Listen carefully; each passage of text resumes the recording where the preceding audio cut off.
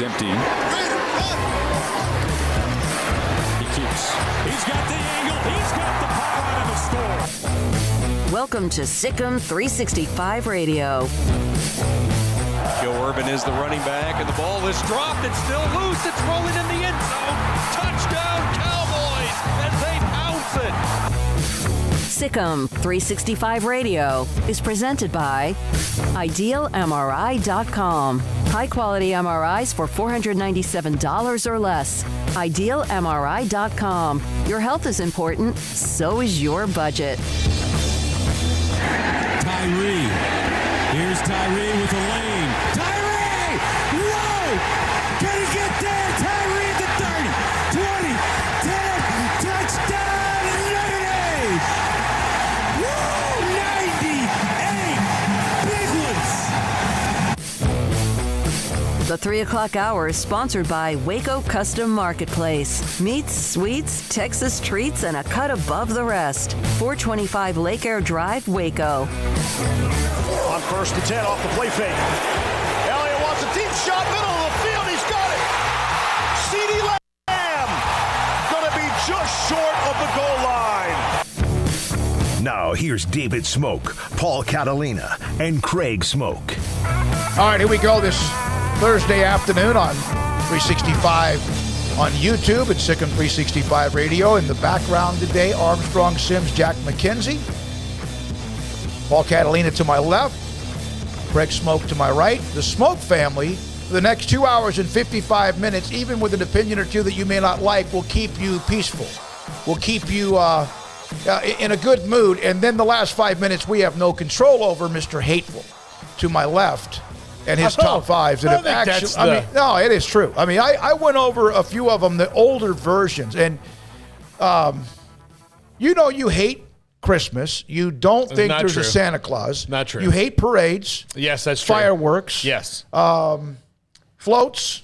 You are part of parades. Any of that stuff. You're. I mean, like saying I hate floats and parades is also like saying I don't like soup, but I don't like broth. Yeah, well, it's all together. It's like all chunky part of noodle. it. Yeah. All right, we're gonna have. We hope to bring you one heck of a show today, including Paul's Hateful Five at 5:55. We're going to look at Notre Dame with Brian Driscoll from Irish Breakdown. He'll join us today at 3:45. Max Olson at 4, college football. Craig's Off the Radar at 4:45. We'll hear from Oklahoma State sideline reporter Robert Allen at 5. What a game that is coming up Saturday night. Mickey on the Cowboys at 4:30. Jennifer Smoak's Fantasy Football League questionable expert based on the last couple of weeks. Injuries have riddled her team like it does with some teams in the NFL. Also, on the YouTube and the text line, 254-339-1122, and calls. And we have some notes perhaps on the Big 12, the landscape of college football. We'll get to that here in the next 10 minutes. Who right now is the best quarterback based on results in college football? Based on results, Bryce Young. Bryce Young, Matt Corral. I don't know. I'd have to sit there and actually think about it for a second. Off the top of my head, those are two that come to mind. But it doesn't include Spencer Rattler. No. It does not include A lot of the Rattler hate is getting way out of proportion. No, Rattler's not, but he's not right now, based on production, doesn't appear to be it's the reason I brought that up is because it's not like you could normally have just said boom, boom, like last year, Trevor Lawrence, whoever else. Rattler would have been in the conversation among others.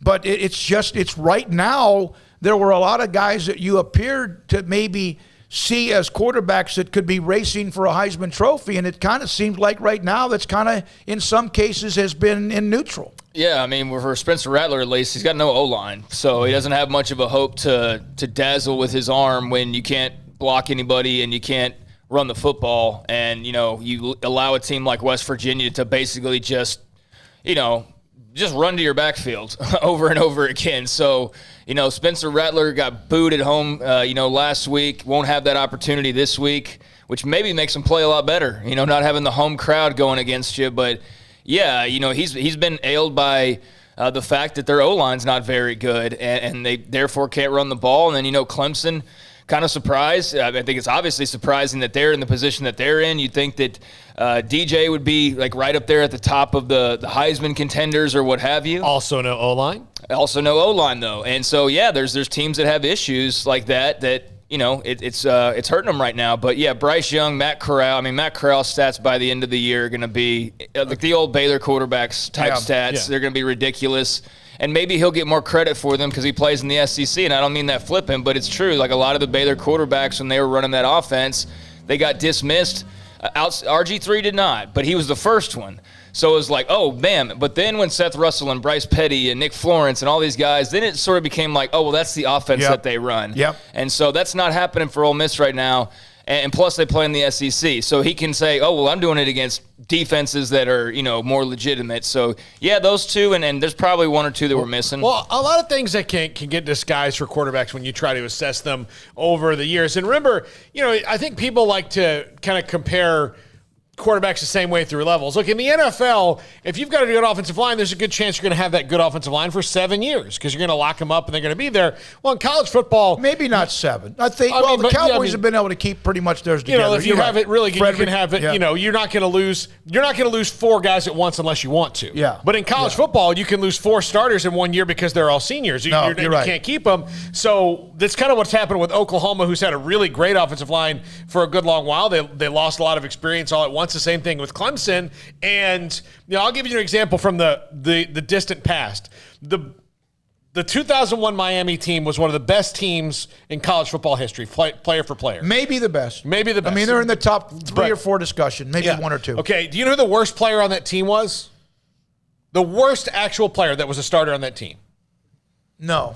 Was Ken Dorsey, who was a Heisman Trophy finalist. Yeah. And I'm not saying he was a bad player, no. But on that team, he was a bus driver. He was a bus driver. And managed the game. But he had these great stats because he had all these great players around him. He also only got sacked about 8 times the whole year. Yeah. And so if you have a great offensive line, it can mask a lot of things. All right, how about Tanner Mordecai? What he's done, that's a name that was just on the chat room from Adam Martin, just throwing it out there when he did it against what TCU brings to the table, and he's now had a great start to the season as well. I thought about Tanner's name popped into my head, but I'm still kind of holding out a little bit just because, I think a lot of it's Sonny Dykes' offense. Sure. And I also know that, he's thrown a lot of touch. And look, I'm definitely not anti-Tanner. I mean, we covered him when he was, 16 years old throwing touchdowns for Midway. A lot of them. Yeah, a lot of touchdowns for Midway. So I'm rooting for him. But I do think it's a product of the offense to an extent. And,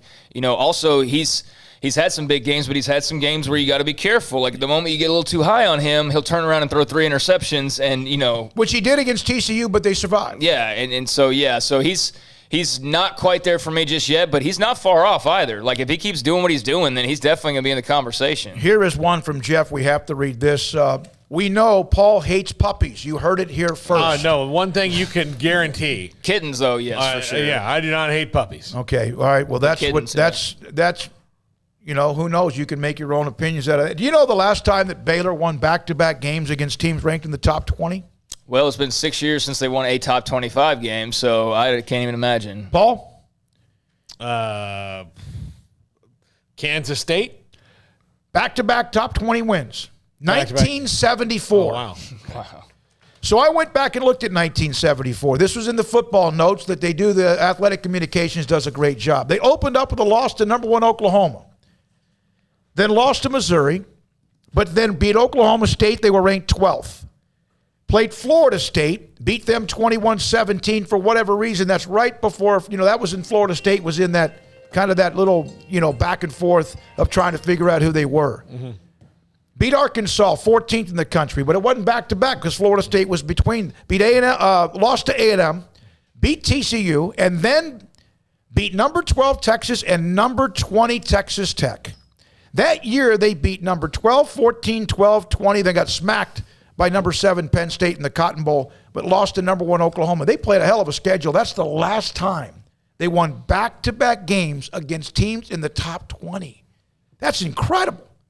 And they have a chance to do that if they can win in Stillwater, where they've won more often 2 of the last 3 after not winning there for a long, long time. Yeah, that is incredible. I wonder how often teams play back-to-back top 20 teams, though, because you're being specific. They're top 20, not top 25. So they play a lot of top 25 teams. But, yeah, I mean, regardless, you'd think that in 40, 50 years that would have happened a bit more often. And then, again, you look at Baylor's football history, and it's not all that surprising outside of the last 20 years. So, yeah, it's a big opportunity on Saturday.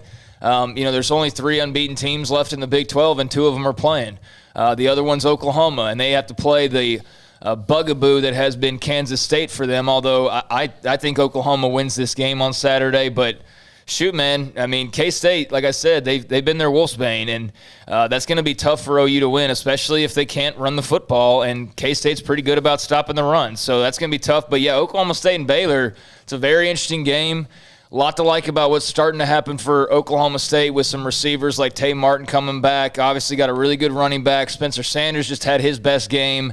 There's still some consistency issues, kind of like with the Baylor offense. Both of them were just not really alive in the second half of their games last week. They basically relied on defense and special teams to win games for them.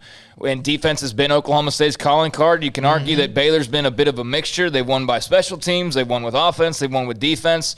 But Oklahoma State's offense is starting to get back together, so should be interesting this weekend. By the way, when we were in the first half last week watching Baylor and Iowa State, and Baylor's first 2 or 3 or 4 possessions, they weren't all flawless, but they were pretty good. You could see a rhyme and a reason. You could see that it was if Jeff Grimes and his offensive staff were like, they weren't throwing a perfect game, but they were having a no-hitter into the 5th and 6th inning. We didn't see any of that ever basically at any time last year. That doesn't mean against K-State at the end they didn't rally behind Charlie and he kind of, when he does his impromptu draw it in the sand, or what they did against Kansas. We all looked at each other, did we not? And went, Craig, you leaned over to me. Did we see this ever? No, we didn't. Last year, and we saw it like back-to-back-to-back type series or close to that. Yeah. And so that's something that they've been able to do, piece together that, which who knows if they continue to, but that sure does bring something else to the table. Yeah, I think it was after like the second quick touchdown or whatever, I did lean over and I said, do we see this at any point last year? And the answer is no, we didn't. I mean, we've seen more from this offense through 5 games, or was it 4 games? 4 games than we saw. I mean, you could just take the first half and go, this is better than the entire year last year. Yep. And you could do that for a couple of different halves. I mean, that's how night and day that it is. You got to give a lot of credit to Jeff Grimes. You have to give a lot of credit to Eric Mateos. But I tell you what, though, they did get shut out in the second half for the most part. I mean, they had to, thrive on special teams more so than actually being able to finish drives. And that's not something that they can do this weekend. That defense that they're playing from Oklahoma State, man, they do not let you run the football. And they are very good, and they are very active, and they're very much in your face. And so it's going to be a huge test for this Baylor offense coming off a half like they had to close out the game. I imagine they're rip-roaring and ready to go, and they're going to need to be because the Cowboys have a legitimate defense. Yeah, their run defense is solid. There's no question. And they have the ability to explosive play and then throw up on themselves sometimes on offense. We'll see. They turned the corner a little bit last week. Go watch Gary Bohannon's touchdown on the touchdown run, the 11-yard touchdown run he had, and watch the players get to the second level blocking. Oh, no. I mean, and it's they're not at the second level. They used to not get past the first level. With all due respect. They got sent back into the negative space. Negative one level. Yeah, they were down in the basement. Eric Mateos and oh my God, it's unbelievable. And having both Mateos and Grimes, and of course there's others, but they have them with their offensive line mentality. Now they get tested yet again, and we'll see what happens. Well, now, whoever wins this game this weekend, they're going to be one of, and depending on what Oklahoma does, they might be the only unbeaten, but they'll be one of, maybe 2 unbeatens, whoever wins this game. I mean, I think it does favor Oklahoma State because it is in Stillwater.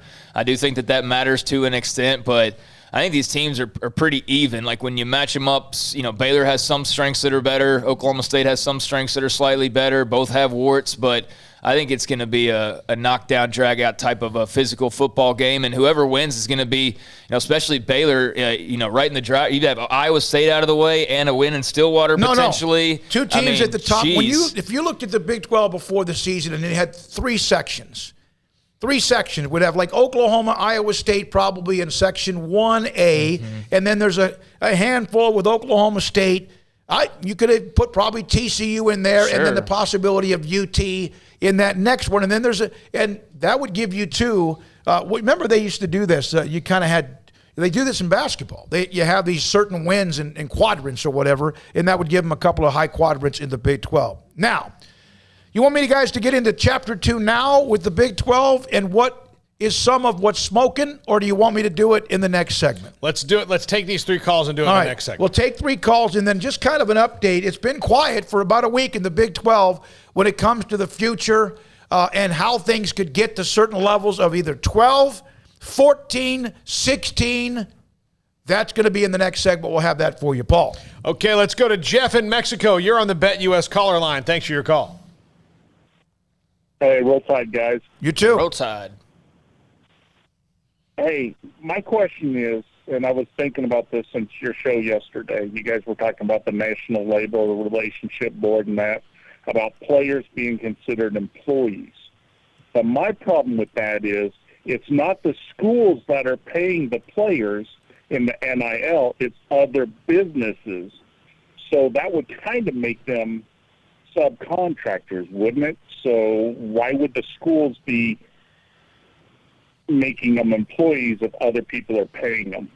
Well, you hopefully just made the NCAA's opening legal argument for them, but I can't attest to that because usually their opening argument is, well, we didn't do it that way before. And so in 1962, Jeff, that's a great point. You're calling from Mexico. This is Roll Tide, right? You let him go. Craig, how do you say what do you say when you're an Alabama fan? Roll Tide. Roll Tide. I can do it a lot better, but I don't like being put on the spot like that. Well, then whenever you want to just throw that out there during the show, we'll be listening to you, Paul. All right, Mike George. Good to hear from our old friend Dayton. Mike. And you are on the Bet US caller line. Thanks for your call. Yeah, this is on comment. You talk about the 74 Bears, but what was really interesting about that, they won that year, was it started in 1968, which was actually my freshman year. And Texas had tied University of Houston 20-20. Then they played Texas Tech, and they lost, but a starter named Bill Bradley was playing quarterback, and they put another guy in there in the third quarter, scored 22, 23 points. And then they started him after that game that they lost to Tech. And then, of course, his name was James Street. Well, Baylor, in the meantime, met Texas Tech later that year and was down 28-14 at the half. They came back and actually erupted in the second half and tied them and then went ahead of them. And there's a story told that Texas was playing TCU at the time, and the whole Texas bench got up and hollered when TCU scored a touchdown, not because they scored a touchdown, but because Baylor had pulled ahead of Tech. And then Tech went on to lose 42-28 to the Bears.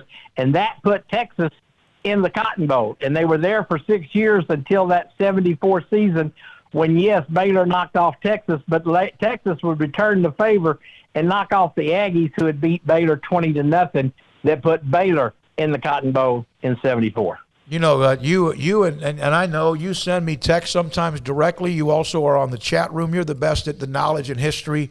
And I love it when you correct us, although that means we don't know what the hell we're talking about. But that was, I didn't know that. I mean, I knew James Street. I knew the 69-70. Texas won it in 69, won part of it in 1970. James Street from Longview. Thank you for the call, Mike. Appreciate your time in Dayton, Texas. Yeah, love the insight there. And going back to our call before on the NLRB, one thing that's very interesting about that is that right now it would only affect private schools, and that's where some of the consternation comes in from the public school side of things. Is that if you can start, or you're mandated, I guess, to have to pay student athletes if you're a private school. Well, in the public schools are going to go, wait a second, they're going to pay their student athletes. That's an unfair advantage, even though the private schools would probably rather not have to do that. So it's weird that it would be a benefit potentially, although a hindrance for a private school. And the public schools, while not involved, would have to probably jump into the pool somehow because they don't want to be left out. But, as far as that question went, because we didn't really address it, the NIL thing is like you said, the school's not a part of that outside of just the allowance of it or the clearing of doing it.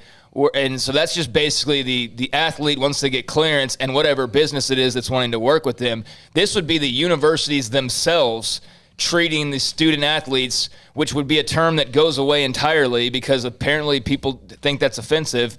They would just be straight up employees. So whereas NIL is an outside business and the university clearing that outside business to have a relationship with the player, This would be the schools directly having to treat student athletes like employees. So that's the major difference, and I don't think we really said that, but there's a lot of little legalities and lots we need to get Dan Luss back on the show. There's a lot to it. It's not just that simple to just pass and it's going to happen and this and that, but there's a lot to sort out, but that's the basic gist of how it's different. You need to follow two people on sports law. One of them is Dan Lust. He's been on our show many times, at Sports Law Lust. And also Darren Heitner is also someone to follow on Twitter. They usually break it down, and I think I'm going to call Dan and get him on maybe tomorrow's show. Yeah, it is complicated, though. You read through it, it's like it's different schools, and anyways. All right, let's go calls, break, come back with some nuggets on the Big 12. Okay, I'm hoping I say this name right. Oshawa? That's probably not right, but it's in Vancouver, Washington. So Great thanks for your call. How you doing? How you say your name, sir? Joshua. Joshua. Okay. Oh, yeah. Look, much simpler, Paul. No, that's Paul. It's J-O. No, but look, go ahead. The robot. Go ahead, Joshua. Thanks for the call, buddy. Hey, I just had a comment and wanted to see if Craig or some of you guys could sound off on me if I'm, right there on over the target. But I see this NIL thing as a huge distraction for the recruiting and talent for the development of the kids, unless the college, I grew up as an Oklahoma fan in Oklahoma. I'm up here in the rain. That's a huge deal for people that are going to develop these kids, and keep their mind into it. So I just want to know from Craig or you guys, do you think that ongoing we're going to see more of the Spencer Rattler diversion and distraction from other teams? Well, let Craig answer go ahead. first. I have a different opinion on this, but yeah. Go ahead. I think that if you're going to be distracted, you're going to be distracted by anything. So, yeah, it's an issue. But I think if you're going to be distracted, you're going to be distracted. If you're a guy who's going to put that first, you're going to do something. NIL, if it wasn't there, you'd find something else to do. So just to be clear, is he asking that Spencer Rattler is distracted by NIL, and is that what you're saying? That's how I heard it, and it might just be they're not very good right now, but that there's possibly that issue. Yeah, I think that's why that's why he got booed. Don't you think? Don't you think that's why he got booed? Because they couldn't score points. Well, yeah. I know, but I think when you start to put things where players start to get more, that might lead to that. Well, I think, and I don't know if I'm answering it correctly or not, so, but I think, the NIL does come into play as far as if you see a guy and he's flashing the money that he's making and the companies that he's invested in, and, it's like the day after a loss, and he's like, hey, drink Dr. Pepper, and blah, blah, blah, and that he's getting paid for that, and you're like, dude, you just threw 3 picks. Like, what the hell? Like, I can see where that rubs people the wrong way a little bit, even though we see that every week in pro sports and guys on commercials and whatnot. I don't know how to answer it. I think it does play a role, but I think mostly his bad play is what plays the role, and then the fact that he's being rewarded and maybe isn't as bothered by his bad play because he's having so much success off the field. That's something that would rub fans the wrong way. Yeah, I just think that if you're going to be a bad teammate, you're going to find a way to be a bad teammate. Yeah, money only makes you more of what you are most of the time. I mean, it's not a 100% thing, but if you're a jerk and then you make $1 million, you're a jerk with $1 million. If you're a nice person and you make $1 million, you're a nice person with $1 million. Usually, it just makes you more. It allows you to do more of what you want to do. And if you're a jerk who does jerky things, it allows you to do jerky things at a higher level. Yeah, it definitely can turn nice people into jerks, though, too. Yeah. I mean, money is the root of all evil for a reason. But yeah, I mean, I think that the NIL stuff will come into play for certain players. Like if they aren't performing up to snuff, and you're having to get a reminder every time you look at Twitter or whatever that they're just like thriving with their companies and not really, as concerned as you feel like they should be for the product on the field that you watch. But I think Rattler, it's a combination. It's a combination of that he's a kid who you knew in high school he was a cocky dude. And so he kind of had that reputation coming in. And then what he's following and how it's not looked up to standard and the fact that, there's all this NIL thing going on. It's just a bad combination for him. All right, one more, and then we got to go. All right, Chris in Missouri. You're on the Bet US caller line. Thanks for your call. Hey, guys. Thank God it's Thursday, right? Yeah. Okay, I'm going to say 2 quick things. The first thing you asked about which quarterbacks are doing really well in the NCAA, I'll tell you right now, Kenny Pickett from Pitt is lighting it up. In 4 games, he's done 98 for 132, 1,340 yards, 15 touchdowns with 1 interception, and he's got 195.63 passing efficiency. I don't know about anybody else, but that's pretty impressive through the first 4 games. Golly, I didn't know. I knew he had been playing well. I did not know he had to put up those kind of numbers. That's crazy. Okay, thank you. Anything else, Chris? Oh, yeah, one quick thing. As far as the NIL goes, the thing I called in yesterday about the problem with them being an employee of the university, if they get hurt, and let's just say they get a lifetime injury, the workers' compensation and the university may be responsible for them for the rest of their life. Mm-hmm. There's a lot of things that the NCAA and other people aren't thinking about, but if they're an employee of the university, there's going to be a lot of problems down the road, and I just hope they're forward thinking about this. Anyway, good to talk to you, and I hope you guys have a great day. Thanks, you very much, Chris. Appreciate the calls to open us up. This is from Stephen Rose. I don't see anything wrong with players getting paid. And they are, and in a lot of ways, and now there could be another level of that, and we'll just kind of see if we can get somebody on tomorrow to explain that as well. Yeah, and I know we got to go here, but I don't think people are upset. NIL, people oh my God, what's going to happen? And we've realized, oh no, it's settled down, and it's not quite the giant scary monster that it was. But this here is a totally different animal, because again, the NIL is businesses paying money to athletes, and the school just saying, okay, sure, you can do that. This is the school itself having to suddenly account for way more in terms of what they're paying, directly paying athletes, in addition to what they already spend on athletes, in addition to then workers' comp or whatever else would come with, being in a union. So this isn't just simply athletes getting money. This is them getting the full treatment, and how long that lasts and what all the responsibilities and on the hook the universities are. I don't think they can all do that. I don't think they can all make that work, and that's what the fear is, and that's why this is way different. And that's why Mac, when we had him on yesterday, it just kind of it wasn't like that's going to happen. It was just a kind of a comment.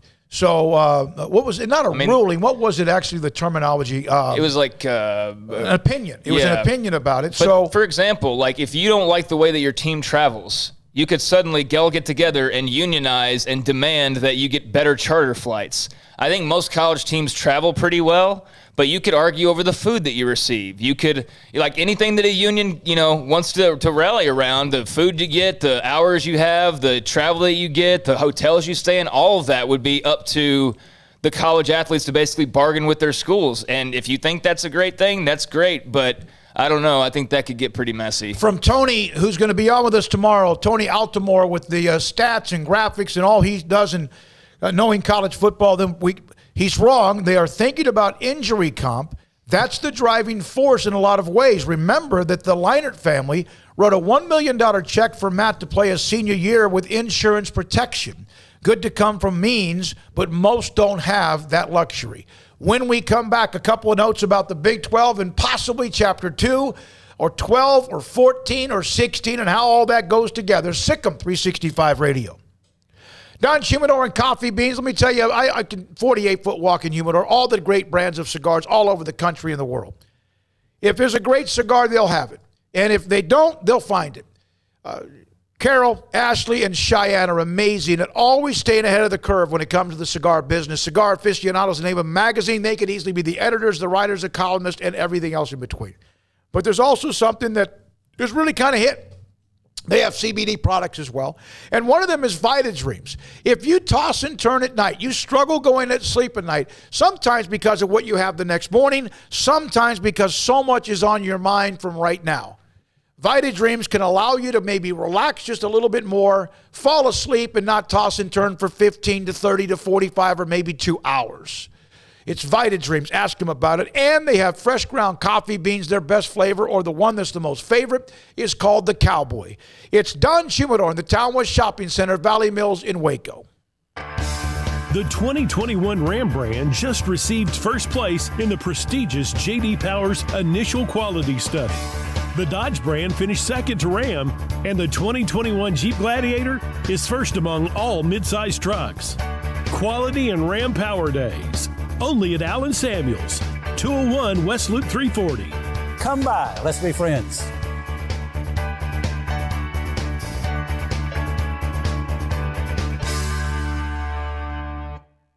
It's football season. Sports bettors and BetUS.com has your NFL and college football live betting lines up for their 27th year.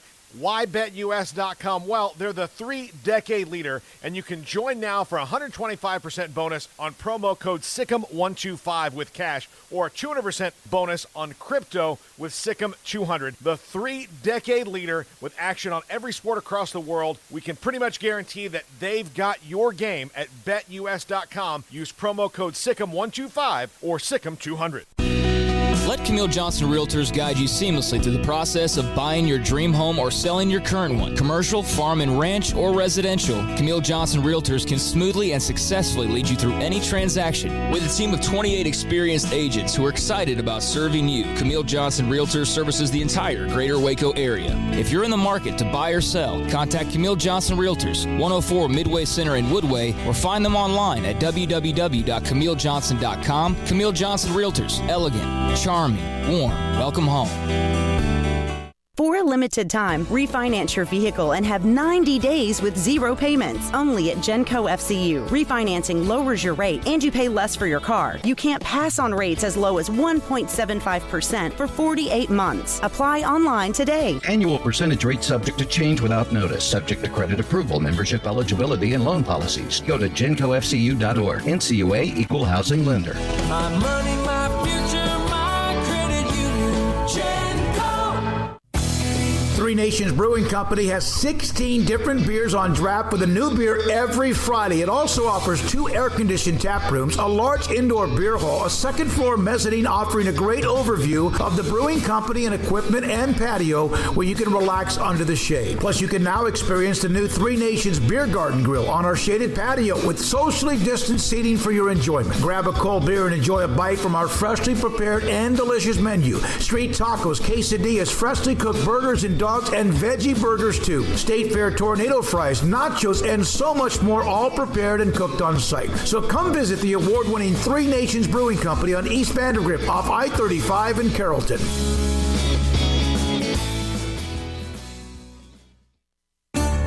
You know what would make this moment better? Pizza. Dough made from scratch and an Italian family sauce recipe pizza. 3 fresh signature cheeses making a melty blanket of perfect pizza. Bob Mock has owned Marco's Pizza franchises since 2013 and has been delivering pizza since 2001 and is the proud owner of 4 locations in the Waco area, in Belmead, China Spring, Woodway, and soon to be open in Robinson. Order at marcos.com to make any moment better. Marco's. Pizza lovers get it.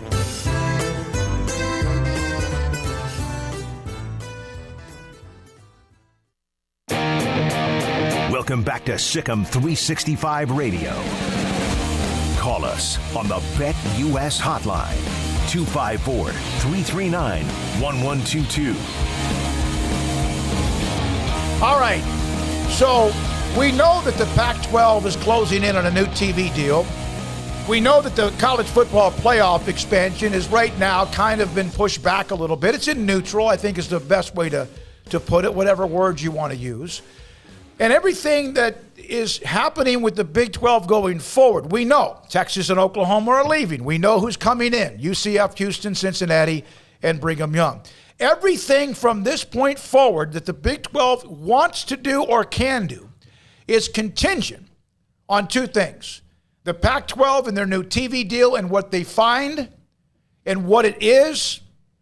And number 2, the college football expansion of the playoff. Because if that happens, there's a bunch of money coming to everybody. Every conference is going to get was it $60 million a year plus every team you have from the conference in the playoff? It might be an extra $6 million like the college basketball playoff. Mm-hmm. I'm just throwing out numbers. Yeah, that's why I think the college football playoff expansion is going to happen to 12, because there's going to be so much money in it that everything you hear now is just posturing because of everything that's happened in such a short amount of time. But you expand that playoff and you give all the conferences a lot of possibilities to do things that they may want to do. Now, we know that it's almost nearly going to be impossible. Doesn't mean that there won't be a Hail Mary that Texas and Oklahoma are going to be a part of the Big 12 this year and most likely, yes, next year, even though they're doing what they should do, saying after 24-25. That's going to happen. I would think that their last year in the Big 12 will most likely be 2022, barring something that just they can't. And then that means that's when you have Brigham Young, Cincinnati, Houston, and UCF join the Big 12. Although Those 3 from the AAC still have some work to do as far as how they are going to get out based on timelines. In 2024, the Big 12 most likely will get to 14 by adding Boise State and Memphis. How many times have we mentioned that? How many times have we reported that? A bunch. They have never taken their eye off of Boise State and Memphis, ever. Those have been probably the 2 most oft-mentioned teams as far as that next tier of schools outside of the 4 AAC schools. I mean, I think BYU was always at the top of the list. Obviously, UCF got a lot of love. Cincinnati got a lot of love. And then Houston was a bit more debatable. But, after it was a little bit explained, then that made more sense as far as just having the city of Houston on lock and having representation there. And then, another Texas school in the mix. But, yeah, that next tier, the top 2, I think were very clearly Boise State and Memphis. There is debate on if they go 15 and 16. There's no unanimous 15 and no unanimous 16, where I think it's pretty safe to say that Boise State and Memphis, if in fact they can get above 12, that they would be 13 and 14, whatever order you want to say. There is pushback. It is not unanimous, but it does appear, if in fact, and I'm not saying they will, but if they ever go to 15 and 16, that USF and that SMU would be on the radar, more than just on the radar. And we've discussed kind of why. I know there's some also why not or why. Well, we've kind of discussed that. That still has to be worked out. Now, on Boise State, I believe the average of the 8 teams that remain in the Big 12, along with the others joining the league here in the next 3 years, 2 years, whatever years, is going to be about 45,000 as far as football attendance. Take out Texas and Oklahoma, that's almost 200,000 right there, so they're not a part of that deal. Right now, Boise State, who's been basically told, don't do anything stupid, and those are my words, not the Big 12 to Boise State, who has said that they're not going to join the AAC, and they've also said that they're not leaving the Mountain West, which is more to do, I think, with the AAC than anything else. That they're going to have to add seating. They're going to have to add somewhere between 10 to 12 or 15,000 seats for 2 or 3 reasons. One, Brigham Young is going to be their common denominator, correct? Mm-hmm. Brigham Young travels greatly. They travel 6, 8, 10, 12, 15,000 fans. Also, there's the Humanitarian Bowl, which if, in fact, Boise State ever does end up being a part of the Big 12, could become a bowl game attached to the Big 12. And even though there are some fan bases in the Big 12 that don't travel as well, especially to bowl games, usually you're going to see 5 or 10,000 or 15,000 of some of the fan bases who travel. So that's one thing that Boise State has to kind of look at. Memphis, and this is where it gets interesting. Fred Smith has put in $500 million towards Memphis with improvements and much more. There's always the debate about the Liberty Bowl, right? Mm-hmm. Well, a little bit of a touchy subject, as we learned last week. One of our guests, John Martin, when he came on our show and talked about the Liberty Bowl, I mean, he went both barrels. Yeah, he went both barrels. And he's for Memphis being a part of the Big 12, but he was trying to give his opinion on the Liberty Bowl. Now, I've talked to some people within, I guess you could say, those who are a part of the discussions of what they do with Memphis. One of the things is the Liberty Bowl still, it's kind of like your grandmother. It's cute, right? But there are some things that are going on as you get older. And they have to find a way, whether it's going to be renovating, fixing the interior part of the Liberty Bowl or what. But this is one of the things that's interesting about Memphis. And I didn't know this. We've talked about the political. And John Martin told us there's this. They have a president, outgoing president, incoming president. The outgoing president didn't want to put any burden on the incoming president. Then there's Fred Smith. Paul, who is that? He is the CEO of FedEx. He's got a lot of money. Could write a check at any time. He has put somewhere around $500 million, essentially, with his infrastructure at Memphis. I think he thought that the Liberty Bowl, now this is where it gets interesting, that Fred Smith, who's obviously constantly busy doing his thing, that he thought Memphis was working with DHL on Liberty Bowl updates. Who's DHL? It would be a competitor of FedEx. So I don't know how that works out. But Fred Smith has told, I don't know if he personally, but has pretty much the assurance to the Big 12. if you get us in your conference by around 24, we will figure this out. It is not just, hey, wink, wink. It is, we will figure this out.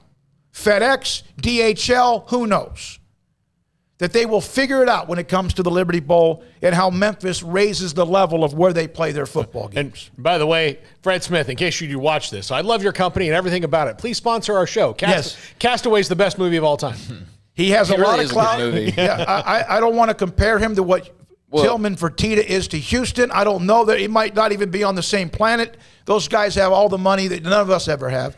But that's one of the things that's also in the discussion when it comes to Memphis. So for a little clarity here, you've referenced the stadium and all that, but like, what about the stadium do they need to do? Like when you say, well, they concessions, need to, guest services, parking, bathrooms. So the details are way behind. Yeah, yes. The details. When you see a house get renovated these days and flipping the houses, of course, Magnolia and what they've done, and now there's hundreds and hundreds and hundreds of people that do, thousands of people that do around the country.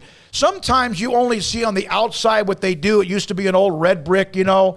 It's really all the main core. That's just cosmetics. The main core are the bathrooms that used to be in old houses, really small, the fixtures. That's what the Liberty Bowl needs to look at. Now, whoever ends up paying for that, I don't know. Whether it's DHL or if it's FedEx or somehow they figure it out. But Fred Smith is pretty much, at least the word the Big 12 is getting, we will handle it. All right? Now, is that a gentleman's agreement or is that we'll handle it? I think when Fred Smith says something, pretty much he gets it done. But I don't know, again, where the DHL, and I have not spoken with anybody from DHL about whether or not they're still involved in trying to upgrade the Liberty Bowl. Now, let's get into the TV thing. If, in fact, now, the Pac-12 is getting, I know we have to go. The Pac-12 has to do their television contract. They have to be solidified. And I think Kliakoff's done a pretty good job. Now, one of the things Kliakoff's dealing with, he's got a few people in that conference that think they know more than he does. This is a pretty nice guy. He's young. He's got this new energy. He's brought new eyes and vision, which is why they hired him. They needed that to get out of wherever the funk they've been in. However, there are still some people within the Pac-12 that kind of think they know more and better. And so when they get their new TV deal, and word is they're going to get it, and it's going to be better perhaps than even the one they have now. The question's going to be, whatever they get, it appears as if ESPN watching this, the Big 12 will be right there, if not a little bit more, and the only way it would be less, it won't be less overall money, the only way it would be less per team is because how many teams above 12 you go. The Tier 3 money in the Pac-12 is basically non-existent. The Tier 3 money in the Big 12, right now there's 88 games, I believe, in the Big 12 football games. This does not include basketball. If you go to 12, 14, or 16 teams, there is a chance that you might have 160-plus games to be broadcast. ESPN's going to want the chunk of that, right? Mm-hmm. But there's going to be way too many games for ESPN to put unless it's on Tier 3. The Big 12, we've told you this before, UT's got their Longhorn network, $15 million plus whatever else, probably $30, $40 million a year and other stuff. Oklahoma's got their regional network, much more. Not than UT, but much more than the others. Where others are probably on average about 12 to 15 million a year, Tier 3. That's something a lot of conferences don't have. That depends on whether or not the Big 12 goes to above 12, on whether they will get even more money with Tier 3, which could separate from just the normal number you see when it comes to TV money, the TV revenue that is split up among all of the teams in the conference. Does that make sense? Yes. Craig? Yeah, I mean, it makes sense. Basically, they have motivation to keep on adding based on what you're saying here. And SMU and Memphis and Boise State and USF would be the best candidates, with Memphis and Boise State being up first, and then SMU, USF rounding it out. And looks like the Big 12, even minus an Oklahoma and Texas, could be looking at a 16-team league, which would be very interesting. But it all is contingent on the Pac-12 getting their new TV deal, because then the Big 12 can kind of look at it, go from there, and then also, of course, whatever you want to call it, is how and when the college football playoff expands. And the sooner that the Pac-12 gets settled, and the sooner that the Big 12 stabilizes even more, not they've stabilized, but even more, guess what can happen to the college football playoff? No matter who runs it, the Big Ten and the SEC and ESPN, now they can then say, okay, everybody happy? Let's go ahead with the college football playoff. Yeah. All right. I was going to try to take these calls, but we got to break because we got to do it our guest. All right, when we come back, Notre Dame coming off the huge win against Wisconsin. We'll come back and talk about the Irish next with Brian Driscoll. And this is Sikkim 365 Radio. If you are looking for a new home or trying to sell the one you're in or both, you need to call my friend Lance Donaldson and the Donaldson family team powered by eXp Realty. 254-214-3713 is the number online, lancedonaldson.exprealty.com, or just Google Lance Donaldson, eXp Realty, Waco, Texas. It'll take you right to him. Lance is a local realtor with a unique perspective. He's someone who has a great view on things and is going to help you do whatever you need to do. And look, right now it's that crazy seller's market here in Central Texas and most places in the country. So if that's the case, you're going to want a realtor who can help you get the best deal you can on the house, make that seller's market money, but don't dump it all down the next house. Make sure you got a little nest egg there from the sale of your house that you can maybe improve on and grow a little bit. He can help you do that. That's Lance Donaldson, 254-214-3713 or lancedonaldson.exprealty.com. Baylor University is where lights shine bright. So, let there be light. Let there be roommates and teammates, scholarship and championships. Let there be fresh starts and new traditions, fast friendships and lasting impacts. Let there be laughter. Let there be joy. Let there be light. Baylor University, where lights shine bright. It's time for some high school football. Berg Colgan Ford proudly celebrates the Panthers, Cadets, Lions, and all the Central Texas football teams as they march their way through the season and down the field. Hi, I'm Mark Stewart with Berg Colgan Ford. We'd love to show you our Broncos, Raptors, and Mustangs. These vehicles are winners with their sporty options and designs. Nominate who you think deserves the Built Ford Tough Player of the Week at FordPlayerOfTheWeek.com. Visit us anytime at BKFord.com, making buying your next Ford simple at BK Ford.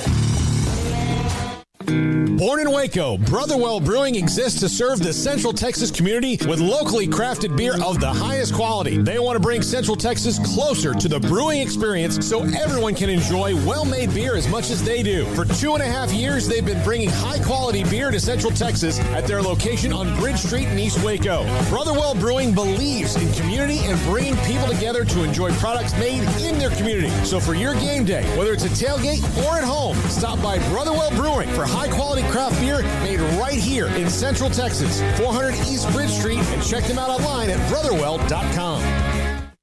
One size fits all. That may be all right for an adjustable belt or cheap sunglasses, but when it comes to your financial needs, no one wants a one-size-fits-all strategy. Ben Erlinson, your Edward Jones financial advisor, knows that his most important goals are yours. That's why he takes the time to understand your needs, knowing you. That's how Edward Jones makes sense of investing. Ben Erlinson, 100 North 6th Street in Waco, 254-759-8533. Edward Jones, member SIPC.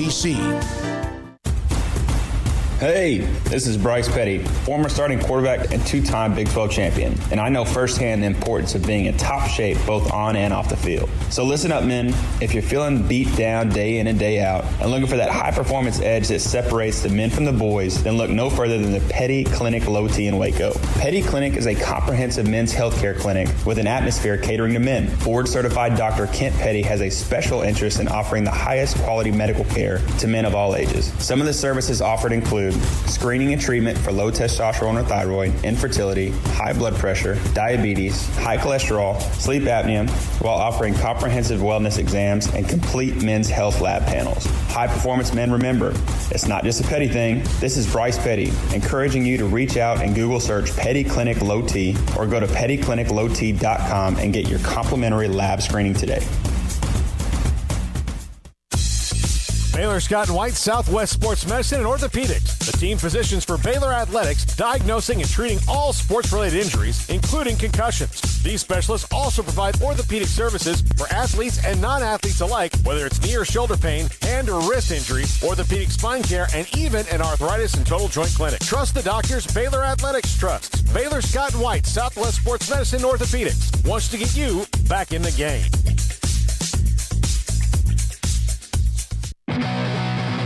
This is Sikkim 365 Radio. Text us at 254-339-1122. The Sikkim 365 Radio text line is sponsored by Riverbend Liquor and Wine, with the most extensive variety of craft beer in Waco. A hidden gem on Lakeshore Drive and 19th Street. Brian Driscoll, Irish Breakdown. We have both the chat room on YouTube, channel 365 Sports. We have the text line as well that's separate. And Brian, thanks for joining us on Sikkim 365 Radio. There is a Notre Dame fan in the 202, I think, area code that thinks you basically almost walk on water when it comes to Notre Dame knowledge and insight. But hey, your Twitter handle has coach in it. Give us a little background on yourself. Well, I think the customer's always right, first of all. That's my motto. I love it, yeah. I actually coached college football for 7 years. I coached at the Division III and 1AA level, so I was a wide receivers and quarterbacks coach. Actually coached my first career playoff game was actually I was at Wittenberg College. We came down and played Hardin-Simmons, so my first ever playoff game was actually in Texas. So, yeah, I did that for 7 years. So we saw Notre Dame earlier, and there were, of course, there's a game in which it was like watching people play in the sand because it was so tough and struggle, but they won the game, and we saw what they did against Florida State. How did they blow out Wisconsin? What happened there? Because that was impressive, and it was tight until the fourth quarter. Well, I think, Wisconsin's not a team that plays well from behind, and they've never been really a good come-from-behind team, and that's been especially true under Graham Mertz because he hasn't been able to pick that offense up. And I think when they don't have like a Quintez Cephas, they don't have some of the playmakers, Troy Fumagalli, the tight end, some of the kids that they've had past that allow them to have a pretty good complementary passing attack. They don't really have that. So, once Notre Dame was able to really, it was a 3-series swing for me. It was the kick return that gave Notre Dame the lead back. Then they forced a quick punt by the Wisconsin offense. And then the Notre Dame offense went down and scored to make it 24-13. At that point in time, that whole ground and pound and run the clock and limit possessions was out the window because you're now down 2 scores. And that's when they had to drop back, and then Notre Dame picked Wisconsin off on their next 3 possessions because when they have to pass, that's just not what they do. So Notre Dame being able to build that fourth quarter lead allowed them to get Wisconsin out of their game, and then what has been an opportunistic defense all year took over. I mean, look, Notre Dame's had 3 of their 4 games. They've had at least 2 interceptions. They haven't done that for an entire season since 2014. So this wasn't new. They were able to finally get Wisconsin out of their game. Brian, after the Florida State game where they had to go into overtime for that one, and then the Toledo game where they didn't look good, what's turned the light on for the Irish the last couple weeks? Limiting mistakes. I mean, that was really the big thing. I mean, when you look at that Florida State game, everybody sees the final score and they see Florida State being 0-4, but what often gets lost is Notre Dame was rolling Florida State off the field in the third quarter. They were up 38-20, and instead of really putting their foot on the gas, they backed off. They went away from the attacking defense. They went away from throwing the ball down the field, and they got out of their groove, and then that let Florida State kind of get back in that game, which I thought was way too early to do that. You look at Toledo, and look, Notre Dame gave up 264 rushing yards in the opener against Florida State. That's terrible. In the 3 games since, they've given up a combined 259 yards in the 3 games combined. 67 of those yards came on 1 play against Toledo. And what was happening is they're in a new defense. There was a lot of technical mistakes, assignment mistakes. And when you play as aggressively as Marcus Freeman's defense does, and a linebacker misfits or a safety misfits or a 3-technique slants inside instead of slanting outside, all of a sudden those are turning into big plays. And so they gave up 4 plays of over 60 yards in the first 2 games. They've cut that out the last couple weeks, and they're playing much more sound football. And that's allowed them to dominate on defense and allow them to get double-digit wins over Big Ten teams, despite the fact the Notre Dame offense really isn't clicking like we thought it would at this point in time. Jack Cohn got knocked out of the game last week against Wisconsin. What is the status on him as far as heading into Cincinnati? Still unknown as far as exactly if he's going to play. He's practiced all week. Brian Kelly said today that Jack Cohn and Drew Pine have kind of gone 50-50 on snaps this week. They are also getting Tyler Buckner back in the mix in regards to that kind of niche role that he plays. But I think it's going to be a game-time decision. I personally would go with Pine. I don't want to take the chance of, against a pretty good Cincinnati pass rush, of Jack Cohn getting further injured, and I think Drew Pine can run the offense. From what Brian Kelly said, if Jack Cohn is healthy, enough to play, he's going to start. And based on the fact that he's taken 50% of the reps this week, barring a setback, I would imagine he'll be in position to play this weekend. We just saw a game in Texas with SMU, a group of 5 team, and they go into Fort Worth and beat TCU and Gary Patterson, and it's a huge win for them and Sonny Dykes. Cincinnati now is one of the new members eventually of the Big 12, so they're kind of with some momentum. They're dangerous. Is this kind of the same game against Notre Dame? They're ranked higher, I think, than Notre Dame. But is this that kind of a game where someone with a chip on their shoulder against one of the Almighties? I think it's a similar matchup. I think it's similar talent level, and Cincinnati is not only ranked higher. Cincinnati is a 2-point favorite over Notre Dame, which actually surprised me. Notre Dame hasn't lost a home game since 2017, and that was a 1-point loss to Georgia. So I was surprised to see Cincinnati as a road favorite. I actually think a lot of those circumstances are working against Cincinnati this week. The fear you have if you're a Notre Dame fan is that Notre Dame looks at Cincinnati, like you said, group of 5, not a big-time program, used to be in the Big East, it's where Brian Kelly came from, and you run the risk of overlooking that program. But the fact that you're at home underdog to Cincinnati, the fact that Cincinnati's quarterback's out there saying, the Notre Dame crowd's not going to be loud for very long, Cincinnati's chirping a lot. And I think what that has done is that's given Notre Dame something to make sure that they go into this game focused and ready to play. I mean, you're basically telling us you're better than us. You're going to beat us on our home field. You're a 2-point favorite. I think that really ticked the Notre Dame players off last week against Wisconsin, being a touchdown underdog to Wisconsin, which I didn't understand.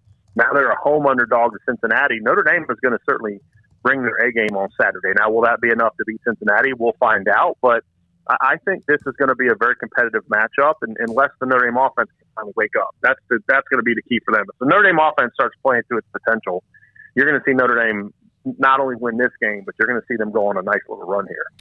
How much of an advantage does Marcus Freeman give them? I think it actually works out better for Notre Dame. I've tried to really think through this and kind of go back to when I was a coach and you played against people that and things like that. And, obviously they're going to know what he likes to do and some of his tendencies, but he's got a whole different group of players and a whole different group of skill sets of what he's worked with. Whereas Cincinnati, those guys, he knows exactly not only what they like to do, but the players they're going to do it with. So I think there's a slight edge to Notre Dame, but at the end of the day, once the whistle blows and once the game starts, it's going to be about execution, adjustments, the players making plays and hopefully making the right calls. I think it's not going to be a huge difference. I think it helps, but look, it doesn't turn a 7-point loss into a 14-point victory, right? I think it may help you with some stops here and there, but and then Mike Denbrock, the OC at Notre Dame, he knows Brian Kelly. He was one of Brian Kelly's groomsmen. He coached at Notre Dame. So there's a lot of that back and forth of we know you, you know us. It's just about who has the best game plan and which players execute it the best. I mean, that's what football is always about at the end of the day. I may be wrong here. Brian, again, Driscoll with us, the Irish Breakdown. Is this only the second time they've ever played? Yes, I believe the last time was like 1900. How can that possibly be? I would have thought they would have played like 40 times or so. Well, Notre Dame has always been a kind of a program that always prided itself on, playing the big boys. And they had the Big Ten rivalries for a long time. And, I'll be honest, I've been a little surprised by it too, simply because they were Big East rivals in other sports. Notre Dame and Cincinnati were in the Big East together for a long time.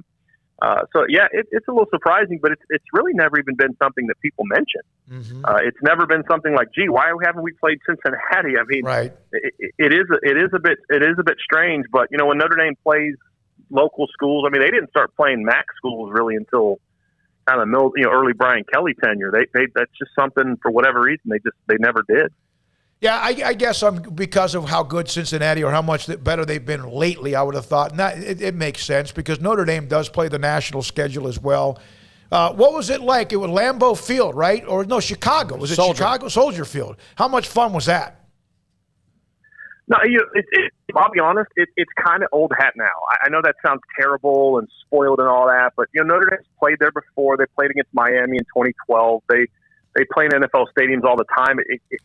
Honestly, from a covering the game standpoint, it's usually NFL stadiums have worse views for media than college stadiums. Yeah. So a lot of times it's kind of like, I don't really like on the NFL stadiums, but this is kind of what Notre Dame does. They play in NFL stadiums every year. I think last year was the first time they didn't play in an NFL stadium in quite some time, and that's a lot of the Shamrock Series has been about. So it was nice to kind of have that game, a neutral field. I'm sure Wisconsin would have much rather had it at Camp Randall, but last year's game was supposed to be at Lambeau. That's the game I was really hoping to be able to cover. They're going to play it again, I believe, in 2026. But that to me, that would have been different because it's a place that we've never been to before. It's not your normal place. It's not like MetLife, New Jersey, or Soldier Field or Mercedes-Benz or Jerry World, places that Notre Dame has played before. Those are the ones I think that Notre Dame fans most look forward to. Like Las Vegas next year. They're going to play BYU in Las Vegas next year. I think that's probably a little bit more exciting than playing in Soldier Field again. So Notre Dame just giving us a preview of all the new Big 12 schools coming up. Cincinnati, BYU, the whole. But Brian, I know exactly what you're saying. When Baylor and Texas Tech started a series at Jerry's World, it was cool for like the first year, and then after that, it was like, man, this would be so much better in Waco and Lubbock, and that's what they've returned to. But yeah, kind of the novelty wears off after a while for sure. Well, I just think one of the things that makes college football great is the atmosphere. Right. And being on campuses and things like that. And I think when you take that away, it just kind of takes away from what makes football great. Like, I don't want to see game day and the big noon kickoff in Chicago or New York City. I want to see them on a campus. Mm-hmm. I think those are the things that make college football very special and very unique. And like you said, it's cool at first. But after a while, it's like, okay, we've already been there. We've already been there. We've already been there. Like, can we play on a campus, please? That would be nice. Brian, I have one more question. We appreciate your time. Max Olson of theathletic.com is next. Sometimes there's still the perception about Notre Dame football. They went through this funk, and yet they've been to the playoff, 2 of the last 3 years, and they're right smack in the middle of the conversation right now. Is that something that irritates Irish fan a little bit? It does to a degree, but honestly, I think a lot of Irish fans, why that stigma is still there. But there are not a lot of teams that have been to the playoffs 2 of the last 3 years. There are not a lot of teams that have done that, plus played for BCS championship. But the reality is Notre Dame has yet to have a competitive game in those situations. And so, when you give the people that maybe you think aren't, pro Notre Dame or fair to Notre Dame, when you give them that kind of a red meat, what do you expect, right? I mean, you beat Clemson last year. That gives you a little bit of momentum, and then you go get beat by 24 in the ACC title game when they get Trevor Lawrence back. So if you want to stop this mantra, if you want to stop this Notre Dame doesn't really belong and all that other stuff, which I don't buy, then go win one of those games, right? That's what you got to do. Go win one, and then people won't talk about it. Or if they do talk about it, you can just kind of brush them off and laugh. But I think Notre Dame fans have the same frustration. Yeah, it's nice that you've been in the playoff 2 last 3 years. That's great. That's certainly better than where it was when they were in the wilderness for 30 years. But, okay, it's Notre Dame. It's now time to go win some of those games. And I think that's what Notre Dame fans want as well. So I think they're more understanding of it. I think some of the national stuff gets frustrating because it's like they don't have speed and all these things are just like, okay, hey, guys, this isn't 1997 anymore, right? Okay, there's a reason Notre Dame's putting all these guys high in the draft, right? This is one of Notre Dame's fastest teams, but then I read media reports about, this is one of Brian Kelly's better teams. Yeah, this is one of Brian Kelly's best teams. It's just the offensive line is holding back. The offensive line starts playing good football, you're going to see the team take off because it's a very talented team. Hey, who would you rather be, a struggling offensive line for Notre Dame at 4-0 or a struggling offensive line at Clemson to be 2-2? Oh, I think we know the answer to that. We do. That's been kind of hard to watch if you're a Clemson fan and kind of shocking. Thanks, Brian. Appreciate your time, Brian. Appreciate you guys having me on. Irish Breakdown. The 202 area code will be happy now. By the way, Graham Mertz, man. Yeah. Not been good. Not been good. It's a struggle. It has been a struggle, no question about it. All right, when we come back, Max Olson, his thoughts about things college football, games, the Big 12, and more. Sikkim 365 Radio, 365 Sports. I'm on the website, Marco's Pizza, right now. It's just marcos.com. Unlimited, large, 2-topping pizzas, carry out $8.99 each. The code, by the way, is hot to go. There's $3 off the large specialty pizzas. Pizza's tasty sidekick. Enjoy fresh, baked, cheesy bread. The crowd pleaser. Drinks, salad, sandwiches, pizza, and a few other nice little nuggets as well. And contact-free delivery and carry out if that's what you want. Pizza is just a tap away. Go to their app as well, to marcospizza.com. The original sauce from the first day they opened, 3-cheese blend as well. And our favorite is the all-meat, thin crust, Marco's Pizza. Marco's Pizza. Pizza lovers get it. The thing about having a naked truck is that you get exposed for the equipment you don't have. Take, for example, your rear end. If you don't have anything back there, you're exposed about what you don't have, and that's a life. However, if you cover that rear end with a hitch, you're telling the world, hey, I got a little junk in my bed, and I'm ready to pull something. A camper, RV, boat, trailer, jet skis, heck, even a bike rack. A hitch says, I have a life beyond driving my truck to and from work. And Pickup Outfitters is the place to get a hitch for your truck, SUV, van, even some cars. We sell and install just about any kind of hitch you need. Receiver hitches from light to heavyweight to pull just about anything. And gooseneck hitches and fifth wheels when you're ready to pull the heavy stuff. And don't forget trailer and brake controller wiring. It's so important to have wiring professionally and correctly installed by the pros at Pickup Outfitters. So it's time to cover that gaping hole in the rear end of your truck with a hitch. Installed by Pickup Outfitters. Check us out online at createacommotion.com. Do you or your kids get nervous about going to the dentist? Stonewood Dental. Dr. Steve Childress, he can help. I've spent a career taking care of patients who as children had bad experiences, and now they're adults that hate going to the dentist. If I get a kid at 3 years old and they come every 6 months and it's a happy experience, it's normal for them. Now they have an accident at 6 or 7 or 8 at school. Now they have a broken tooth or a trauma, and they have to come here. They're used to lights, they're used to water in their mouth, they're used to experience, they already trust us. It's amazing what we can do with that kid without it being a negative thing. But if I see a 6 or 7 or 8 year old that's never been to the dentist, and now they have a trauma or an unfortunate unexpected toothache, it's harder to do that for that kid and it not be somewhat of a negative experience. So bottom line is I try to teach kids and adults and teenagers and everybody the way I'd want my family treated, which is where it's a necessary part of life. You just take care of it. It doesn't have to be that big a deal. Learn more, stonewood-dental.com. In Texas, there's pea-size hail and baseball-size hail. Guess which one hit our house? We didn't even know where to begin, but we called our Texas Farm Bureau insurance agent, and he was so reassuring. He knew exactly what to do to get our house back into shape and our lives back to normal. Now, we're even more thankful for the roof over our heads. Stop by and see our agents at one of our 3 McLennan County locations. Coverage and discounts are subject to qualifications and policy terms and may vary by situation.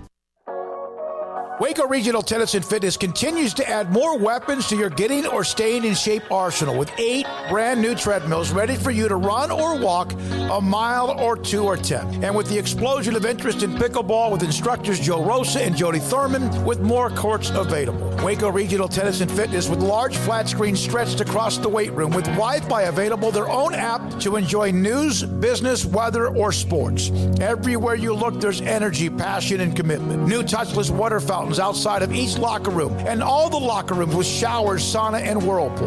Upgraded PA system throughout the world-class tennis courts with a youth academy led by pro Britt Coleman. Fitness and tennis merchandise available and a tanning bed. I promise you'll look and feel better. You just need to walk through the front door. Waco Regional Tennis and Fitness with personal trainers Christy London and Randall Corley. 40-plus group exercise classes, including twice-a-week boot camp. It's time to react today, not tomorrow. Waco Regional Tennis and Fitness on Lake Shore Drive in Waco.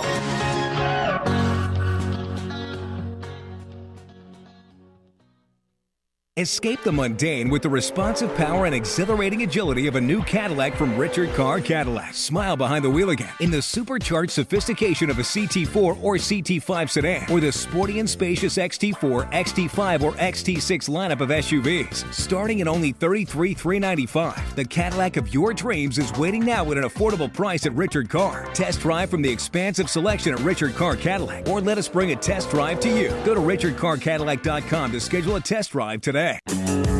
Welcome back to Sikkim 365 Radio. It's time for our weekly segment with Max Olson of The Athletic. Brought to you by Pioneer Steel and Pipe, where customer service is their main focus, and best in metal, steel, and pipe for large or small projects, with 2 locations in Waco and Bryan. Family owned and operated since 1943.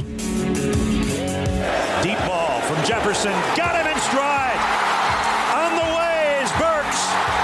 touchdown, Arkansas. 85 yards. The 4 o'clock hour is sponsored by Boozer's Jewelers, the wedding ring store, specializing in custom jewelry and repair, all in-house. Now here's David Smoak, Paul Catalina, and Craig Smoak. Max Olson, theathletic.com, one of the great national writers. College football joins us. Sikkim 365 Radio, 365 Sports. Max, how about Baylor? Huh? I mean, 4-0. They got a hell of a test in Stillwater, but as you're watching that game in Iowa State, was there any kind of a deja vu, a little bit of 2019? Yeah, certainly. Super impressive win.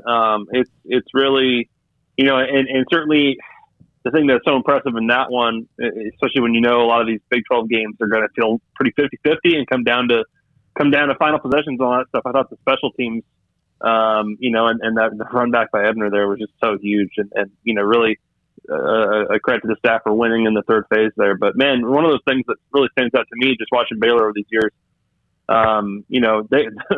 these guys have done an incredible job with this offensive line. I've been so impressed. Not just in, you knew it was like a more veteran group right now, but just in terms of scheme and coaching improvement and all that stuff.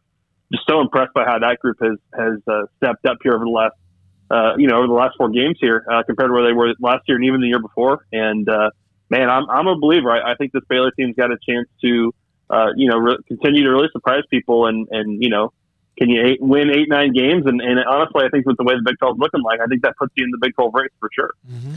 Max, do you think that Arkansas is for real? And obviously I know we'll know a lot more on Saturday when they play Georgia. Yeah, I mean, I love the way that they've played in these big games. I think that the thing that wowed me was just in the second half against A&M.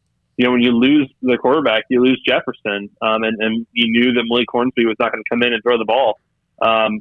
Just what a credit to their defense, just to continue to hang in there, continue to get after Zach Calzada, and certainly A&M that young offensive line made life tough, but just so impressed by what Barry Odom continues to do with that defense. And yeah, I mean, this week is, I think that certainly, as Shane Beamer made clear, when you go line up against Georgia, it's pretty unfair. But,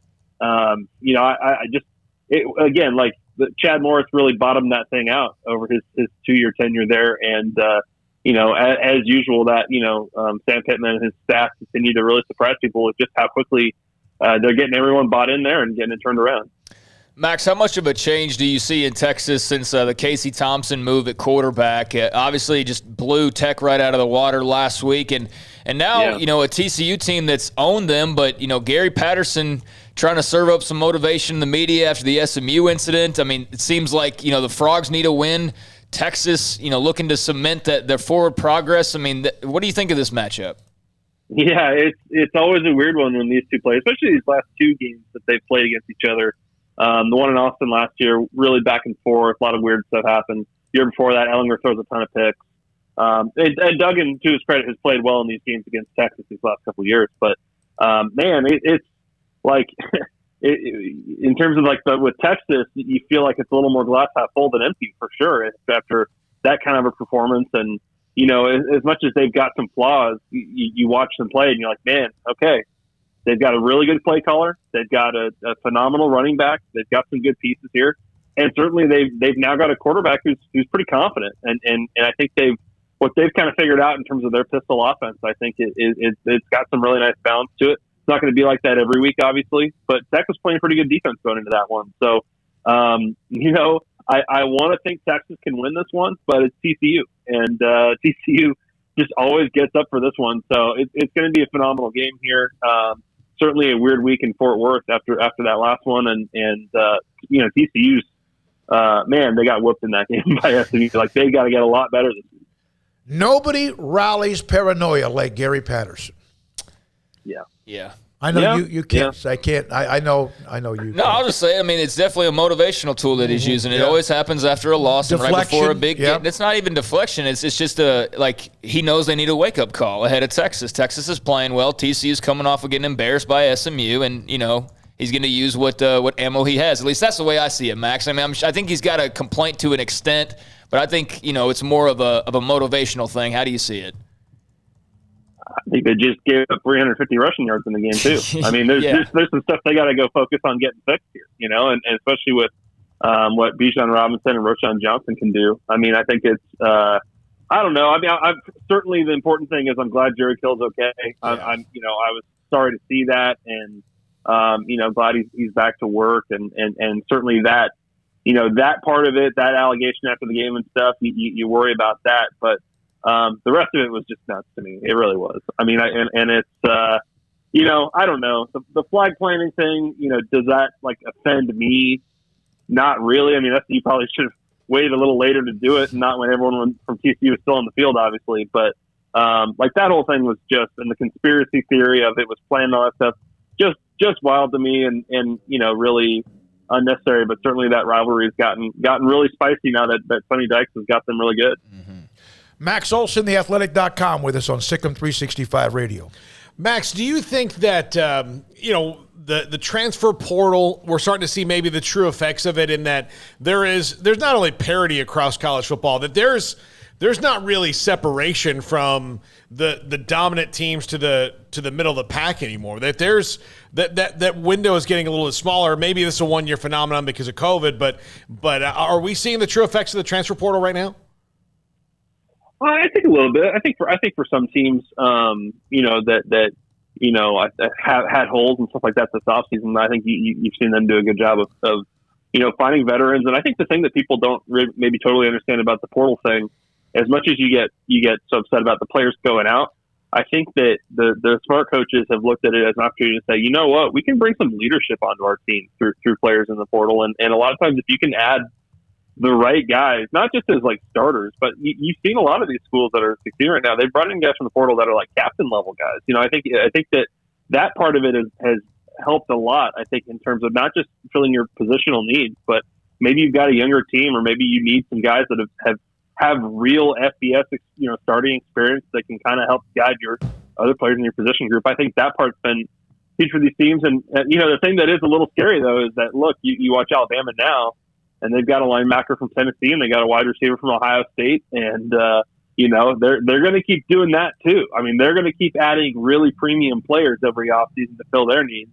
And from that standpoint, I think some of those top programs, while they're going to lose blue chip guys, they're also going to benefit from this quite a bit too.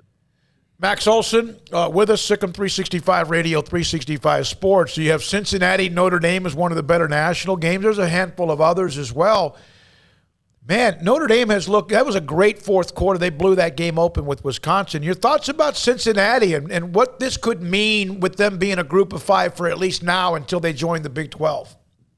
Yeah, I hope they can get it done this week. And I felt like going into the season, you looked at their schedule and you felt like, man, I think they really do have a chance to beat Indiana, which was a little bit of a sloppy game for them, but they took care of business. And I thought they had a great chance to beat Notre Dame. And yeah, certainly that 31-point fourth quarter from Notre Dame, a lot of that thanks to Graham Mertz and Wisconsin's offense, but really strong finish from them in a huge test for Notre Dame. But man, it would be so cool if Cincinnati can get it done. And you guys know, I mean, from watching this 4-team playoff era, this is the kind of win you need for the College Football Playoff Committee to take you seriously. UCF didn't have one of these kinds of wins in the year they went undefeated. Houston had that huge win over Oklahoma a couple of years ago, and the huge win over Louisville, but they lost 3 games, and so they couldn't be in the mix here. But when you talk to Bill Hancock and those kind of folks around the playoff, they've always said, a group of 5 champ, for them to get in the playoff, they need to have a really premium non-conference win. So I think that's what this would be. I think Notre Dame is still going to be a top 25 team even if they lose it. So man, you hope Cincinnati can do it because it would at least force the committee to take the best team in the group of 5 level, really seriously this year. Max, out of the Big Ten, Penn State and Iowa coming up on Saturday afternoon. Your thoughts on, somebody getting a little bit of a head in the Big Ten race?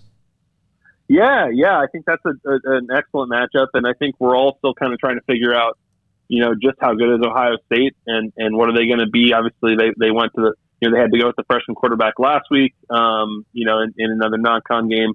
and to get C.J. Stroud healthy. And so, do you look at the Big Ten and say it's wide open? I'm not sure, but I think that I think Ohio State's still got to fix some stuff on defense, and certainly, I don't know that the Iowa offense is super inspiring, but they know what they're doing, and then they've got a good back and they've got a great line, and really interested to see what they can do.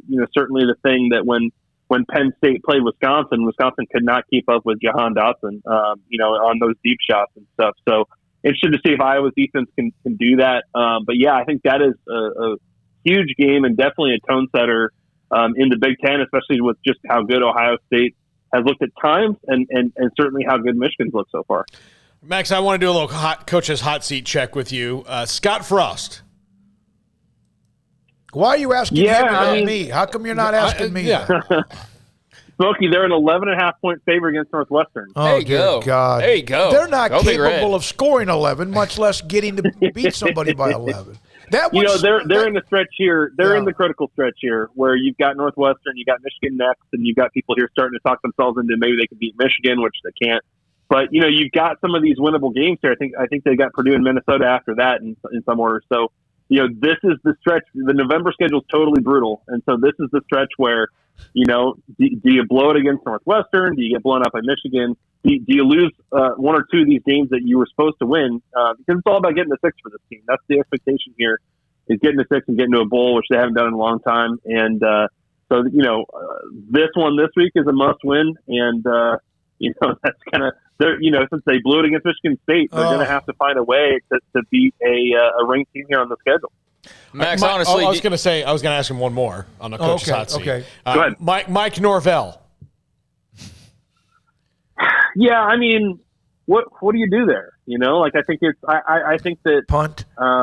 It's just, and it's not all in Willie Taggart, because obviously that thing was starting to crumble a little bit, when Jimbo left. But that I don't really know what to do. I don't know that there's some coach out there who is going to heroically show up and make them really good next year. I think it's going to be a long haul thing, and they need to show progress this year, obviously. But it seems like at least at Florida State, they're committed and invested here. That's a team that tried to take a ton of guys out of the portal and fill their lineup with it and try and sort of expedite the rebuild, but certainly they're not good enough. And I'm curious to see when they get their first win. But they're in bad shape, and I imagine that's probably going to be the case for a while, don't you think, Paul? Yeah, they got to hire a new athletic director first. That's the biggest thing.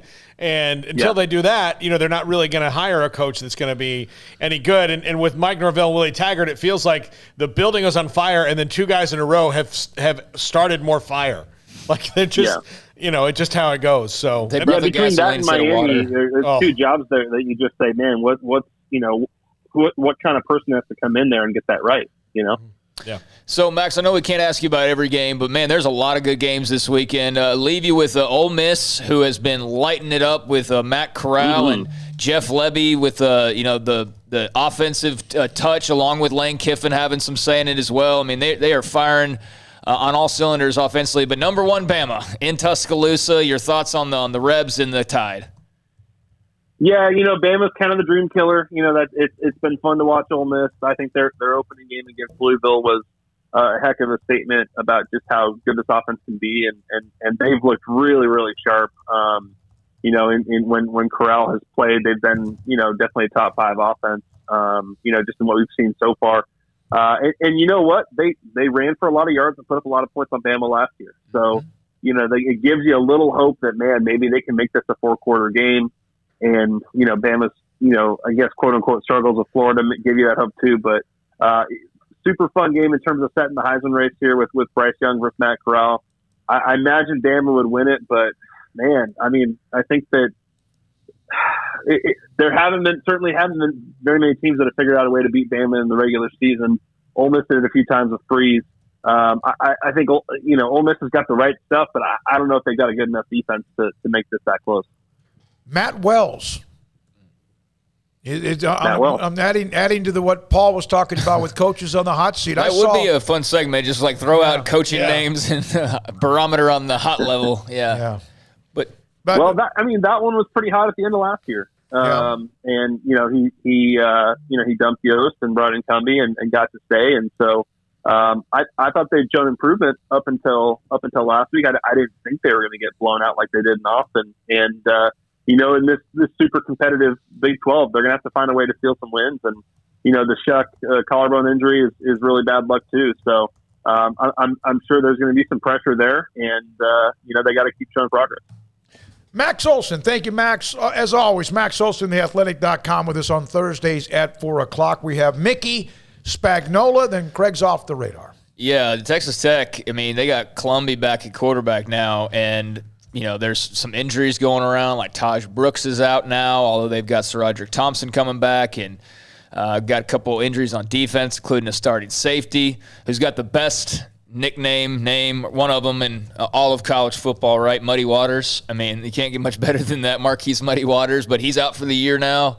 So, yeah, that defense got exposed last week. I think Sarkisian's going to do that to a lot of defenses, like maybe not hanging 70 on people, but if you're not quite what you think you are, he's going to hurt you. You know what I mean? And they kind of thought, like, maybe we got a pretty good little defense here. And then clearly, no, not quite, at least not against UT. But, yeah, that's a tough spot to be in. With Columbia there, I said this in my little power rankings thing for the website, it's basically the team from last year now. Like, for all intent, it's just last year's Texas Tech team again. So, take that for what it's worth, but he's got a big hole to dig out of, like Max was talking about. All right, thanks to Max. Mickey will join us next. The Cowboys with their game coming up against Carolina. And Matt Rule, the 3-0. Cowboys are 2-1. Ought to be interesting. Matt Rule, Houston, and then Dallas. Back-to-back road trips for the Panthers, and that's why I think that's going to be a rough weekend for them, as well as they're playing on defense, but without Christian McCaffrey on the offensive end. This is Sikkim 365 Radio. Richard Carr, Buick GMC Cadillac. Got a lot of great deals going on right now over at Richard Carr. And down to the final day of the Labor Day savings event. That's right, Labor Day was earlier this month, but they kept all the great prices going all month long for you to be able to take advantage of. And that's now running out of time, but best rest assured they will have more deals coming up. But they've had Labor Day sale pricing on all cars all month long, and hopefully you've been by the dealership to see those yellow tag Labor Day savings on all the new and used cars. But they are loaded right now with premium pre-owned cars and trucks, and you can rest assured that if you are looking at a premium pre-owned car or truck, that each one of those vehicles has gone through a 172-point inspection before hitting the lot at Richard Carr. And there's a lot of lenders out there that Richard Carr wants to say yes when all the others are saying no. 100% credit approval is always the goal. Amongst the vehicles on the lot right now, they've got the line of Cadillacs, a.k.a. the ultimate American luxury vehicle. Got the powerful CT4 sedan that starts at only $33,395. They've also got the XT4, XT5, and XT6 lineup of SUVs in a variety of styles and sizes to fit whatever your personal lifestyle and look and all of that is. Also, if they don't have the right car or truck for you right now, because if you haven't seen the news lately, it's been kind of wonky for dealerships around the country as far as getting cars on the lot and all of that. If they don't have what you're looking for at the moment, well, they will put you first in line for all the cars and trucks that are going to be coming their way over the next few weeks and months. So get your name on Richard Carr's priority list right now to get the perfect vehicle for yourself as soon as they arrive. And if you're based here in the Waco, Central Texas area, well, Richard Carr is your local hometown dealership. Give them a chance to earn your business with free oil changes on new cars and trucks purchased, plus superior service after the sale and great prices. And they will bring the test drive to you. If you can't make it over to the dealership for whatever reason, you're stuck at work or you're stuck at the house. It's a weird world we're living in through this whole pandemic thing, so some people can't get around as much as they would like to. Well, that's okay. You can still buy a car because Richard Carr will set it up to where they will bring the test drive to you, or as usual, you can just go by the dealership and take a test drive there as well. So take advantage of all the great offerings going on right now over at Richard Carr. Great prices, free oil changes on new cars and trucks. The Yellow Tag Labor Day Savings event is coming to a close, but take advantage of all the great deals going on right now. They are owned, operated, and run by loyal and proud Baylor Bears, Richard Carr Motors. Y'all listen up. Let me tell you something about group meals from Rudy's Barbecue. It's got all you need for all the folks you gotta feed, smoked meat, sides, and more. There's everything down to the tablecloth, just like the one that you see at the store. At a bridal shower, it's better than flowers. In a long business meeting, it'll pass the hours. It'll feed all the cousins at a family function. It's better than potluck at a church luncheon. Next time you need to feed 10 or more, call and order a Rudy's group meal. Next in line. How did Edward Jones become one of the biggest financial service companies in the world?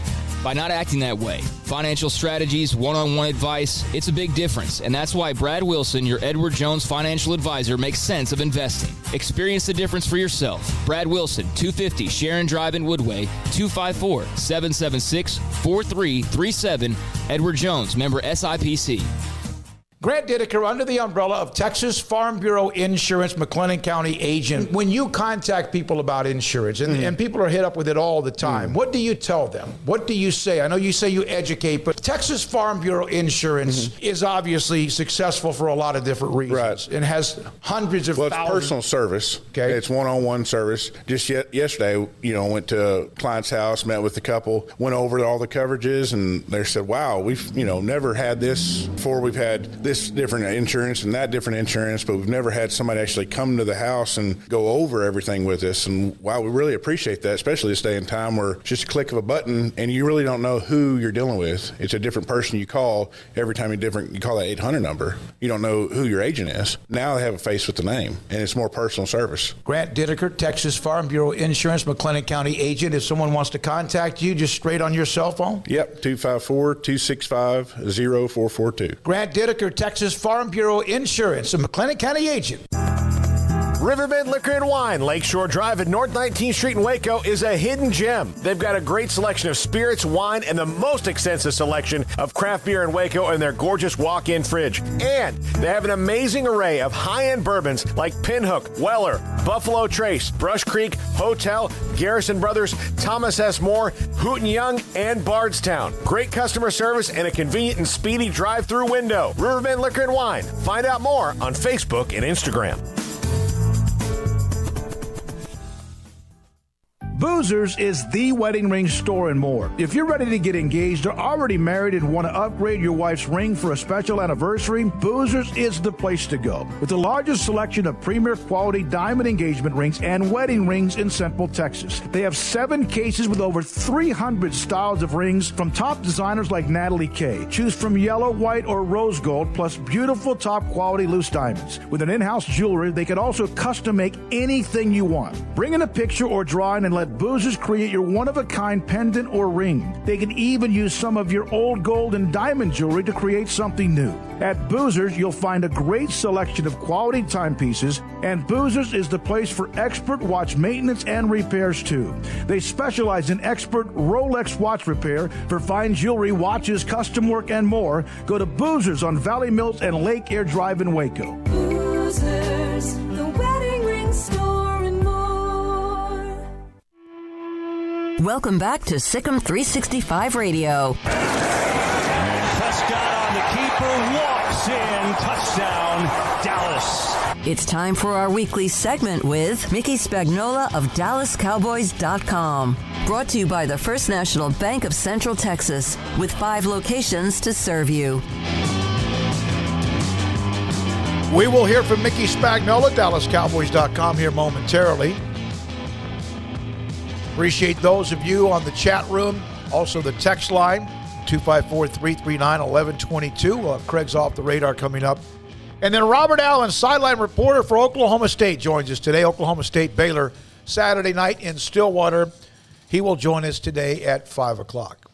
Mickey Spagnola, DallasCowboys.com. Cowboys with back-to-back wins. Could be 3-0, and it could be 1-2. Who knows? But they are 2-1, and they play Carolina.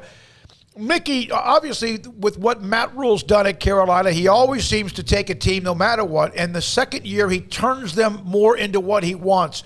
What are they doing defensively that is working so well so far?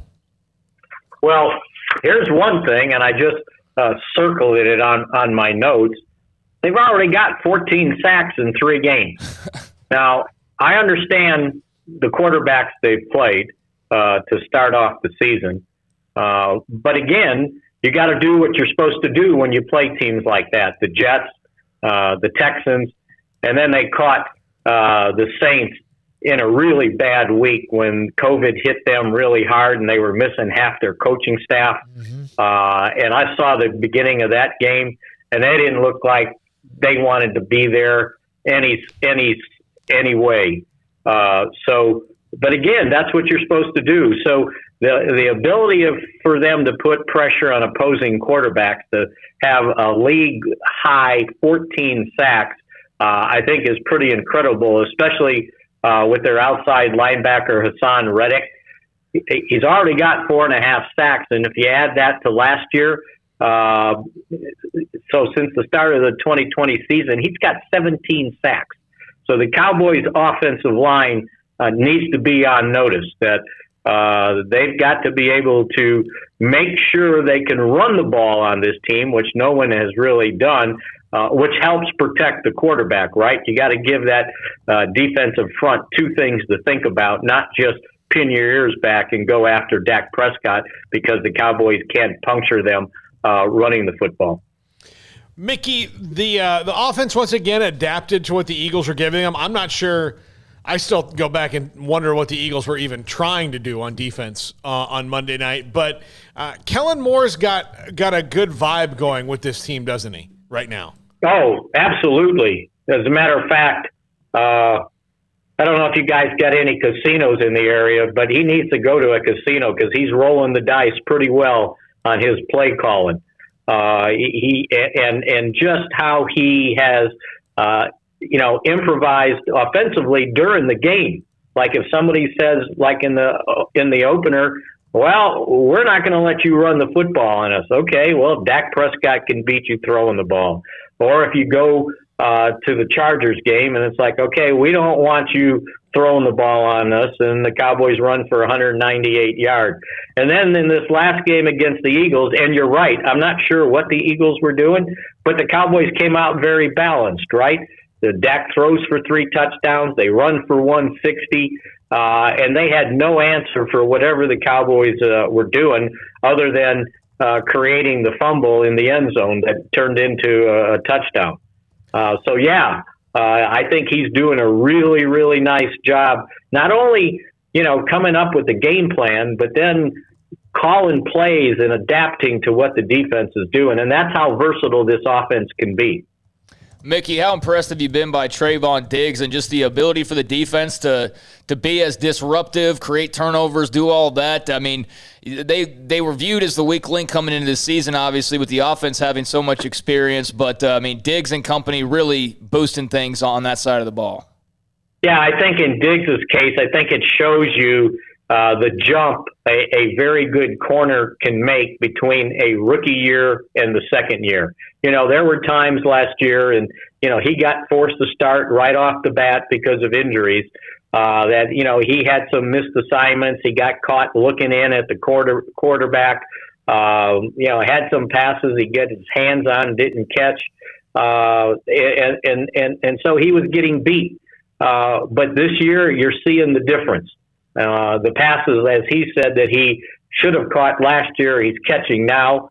An interception in each of the first 3 games, which hadn't been done since '85 when Everson Walls did it. Which, by the way, this is kind of funny. So somebody pointed it out to him today in his interview, and pointed out that Walls, was the last one to do it. And they said, "Do you even know who Everson Walls was?" And he's very short and soft spoken, and he goes, "Yeah." He goes, "I Googled him." This was right before our podcast, right? And Everson's on it, and I said, "Everson, you're so old, they're Googling you now." But yeah, I mean, he's played well, and it's not just the interceptions; he's covering guys. In the first couple games, they gave him the best receiver, and he shut the guys down, and he's breaking up passes, so that helps. And then you don't need to be an NFL scout to see with Micah Parsons and the impact he's having on that defense. But again, I know they're leading the league in takeaways with 8. I don't know if you can sustain that over, week in and week out, but they've got to do a better job in the passing game. They're leaking too many big plays, and they're still ranked 31st against the pass. You know what I saw watching that game with Trayvon Diggs? Obviously with Hurts, that got him a little bit going as well. Not that he wouldn't have played well if he was playing against whoever else. And then with Devontae Smith, that's one of those things where he looked like the big brother. Hey, he's a really good player, but it almost looked like he wanted to make sure they understood he was first in that line. Oh, I think you're exactly right. And I think he knew both players' tendencies, right? Because he would have practiced against Jalen Hurts at Alabama, so he understood intimately what Hurts does well and what he doesn't do well. And he probably is the same with Devontae Smith, knowing the kind of routes that he likes to run, probably understands some of the moves he used when they practiced against each other at Alabama. So I think that gave him a little bit of an upper hand, but still, you're exactly right. It's like, okay, you guys are coming into my territory now, and I've been in the league 2 years. So, it was a fun thing to watch. Mickey, obviously they want to get those defensive linemen back. So many of them gone, Tank Lawrence and Neville Gallimore in particular. But Osa Odigizua is not coming out of that rotation or lessening in that rotation when they do come back, is he? No, you're exactly right. As a matter of fact, I asked someone today, I said, can they both play at the same time, Odigizua and Neville Gallimore? And I got I think so. They thought that Odigizua was probably a little bit more versatile to play either or of the defensive tackle spot than Neville Gallimore. If they get him back and the way the rookie's playing, and then you can rotate in the veteran Carlos Watkins, who I think is going to miss another game with a knee sprain.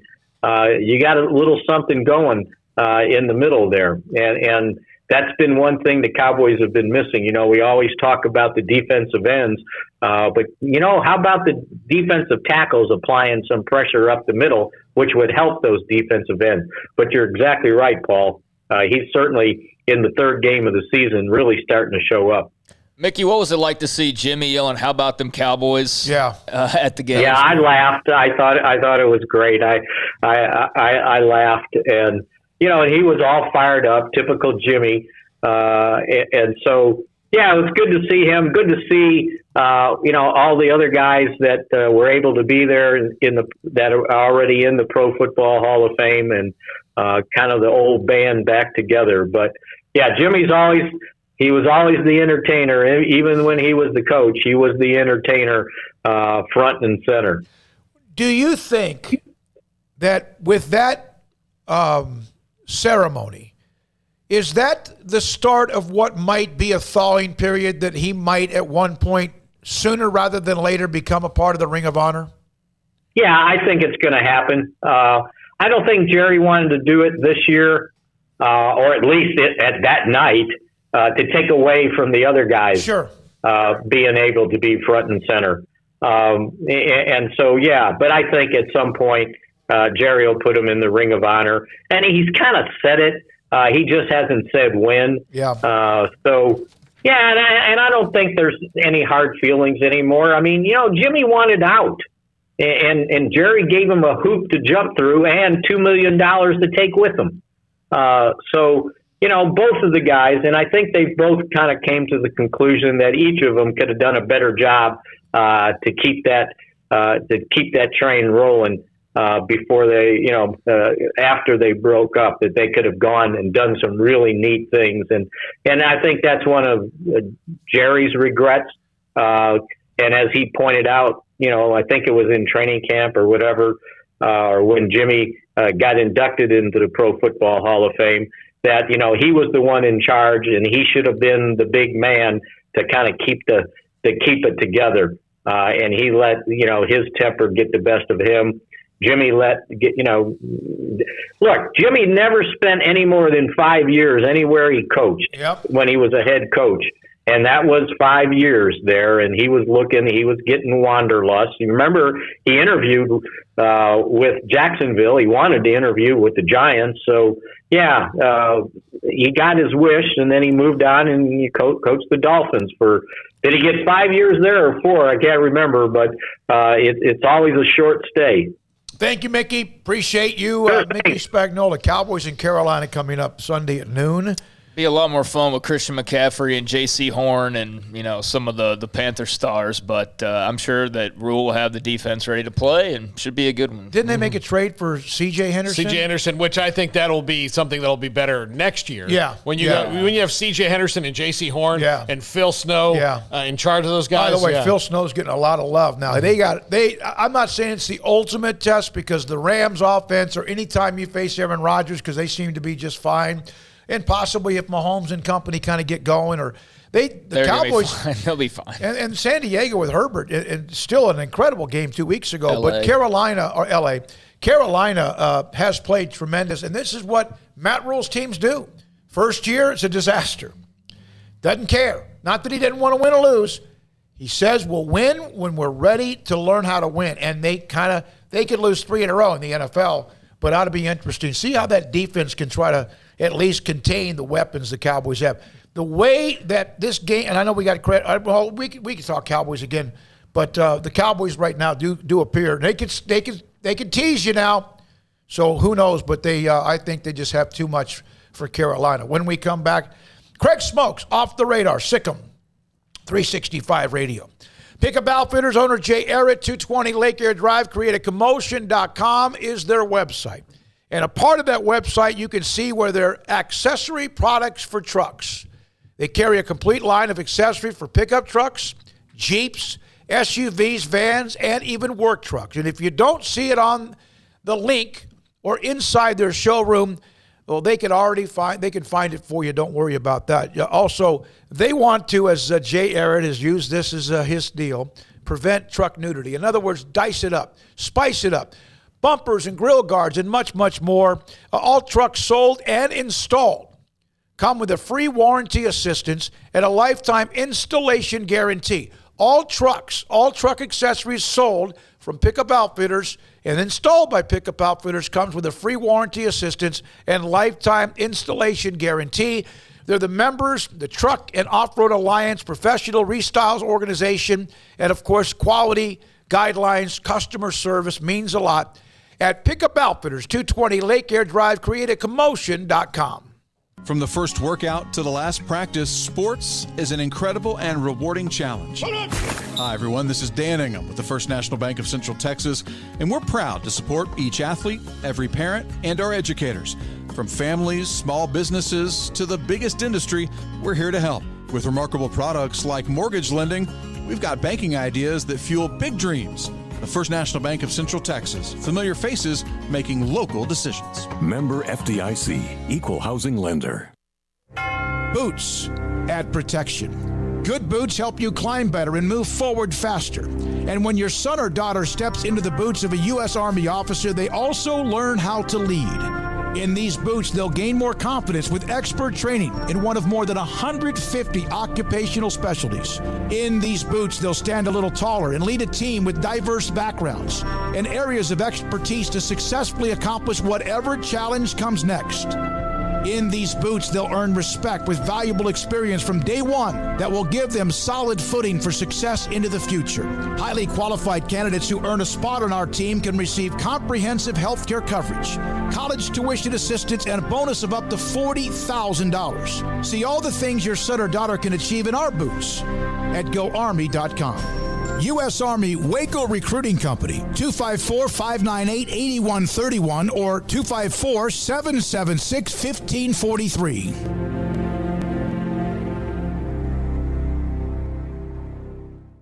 Ram Power Days are going on now at Allen Samuels with the new 2021 Ram 1500 Quad Cab Lone Star with total values up to $7,000 or 2.9% for 72 months.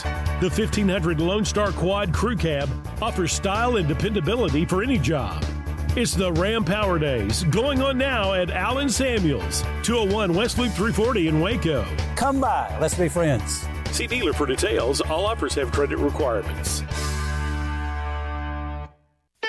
Don Humidor, your home with a 48-foot walk-in humidor with the elite cigar brands from around the world, including the #1 cigar of the year, Aging Room Cuatro Nicaragua. Plus, they have the great brands like Macanudo and Artur Fuente, Rocky Patel, Aston, and so much more. CBD, great for sore muscles, aches and pains, sleep, Vita Dreams, and anxiety, mild depression, general health and wellness. Their staff very knowledgeable on the subject. If anyone is curious about CBD, ask Carol and Ashley. Don Humidor in the Townwest Shopping Center off Valley Mills in Waco.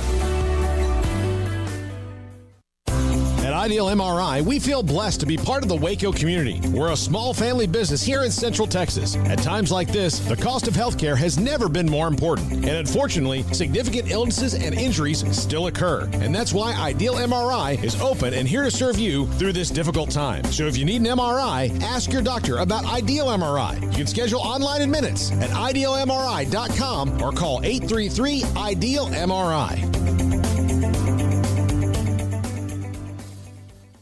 With so many companies and policies out there, it gets so confusing shopping for insurance, and I never know if I'm getting the policy that's right for me. Luckily, I met the team at the Niche Group Insurance Agency. With the Niche Group, you can go to one company and get access to coverage options from many insurance carriers, and you get to speak to a real person about your specific coverage needs. With the Niche Group, I know I'm getting the right coverage at the right price. If you need insurance, talk to the experts at the Niche Group at 1-800-258-8302.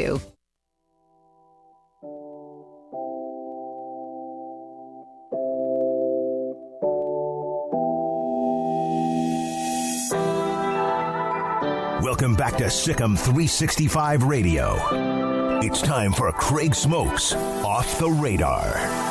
Brought to you by Pickup Outfitters. Since 1997, we've been outfitting trucks, SUVs, and vans at 220 Lake Air Drive or createacommotion.com. Big thank you to Pickup Outfitters for their sponsorship of this segment. For those just tuning in, new listeners, what have you, this is a spot on Tuesdays and Thursdays where we take a few minutes to take a look at some other stories outside of our normal scope of college football and the Dallas Cowboys and what have you. And let's start off with the Super Bowl and the Super Bowl halftime show. Some people, like, the biggest announcement for them is not even who's playing in the Super Bowl itself, it's who's performing at halftime. I know for me personally, I'm a big fan of The Weeknd, have been for a long time, and I was excited to hear when he was announced as a performer last year. I was a little bit curious about how that would work, and that curiosity was right because it was not the greatest fit, I didn't think. What was the name, The Weeknd? It was strange. Yeah, The Weeknd. Well, and I was there. And there's some songs that I had not really heard, and I know that that's just because I'm my age.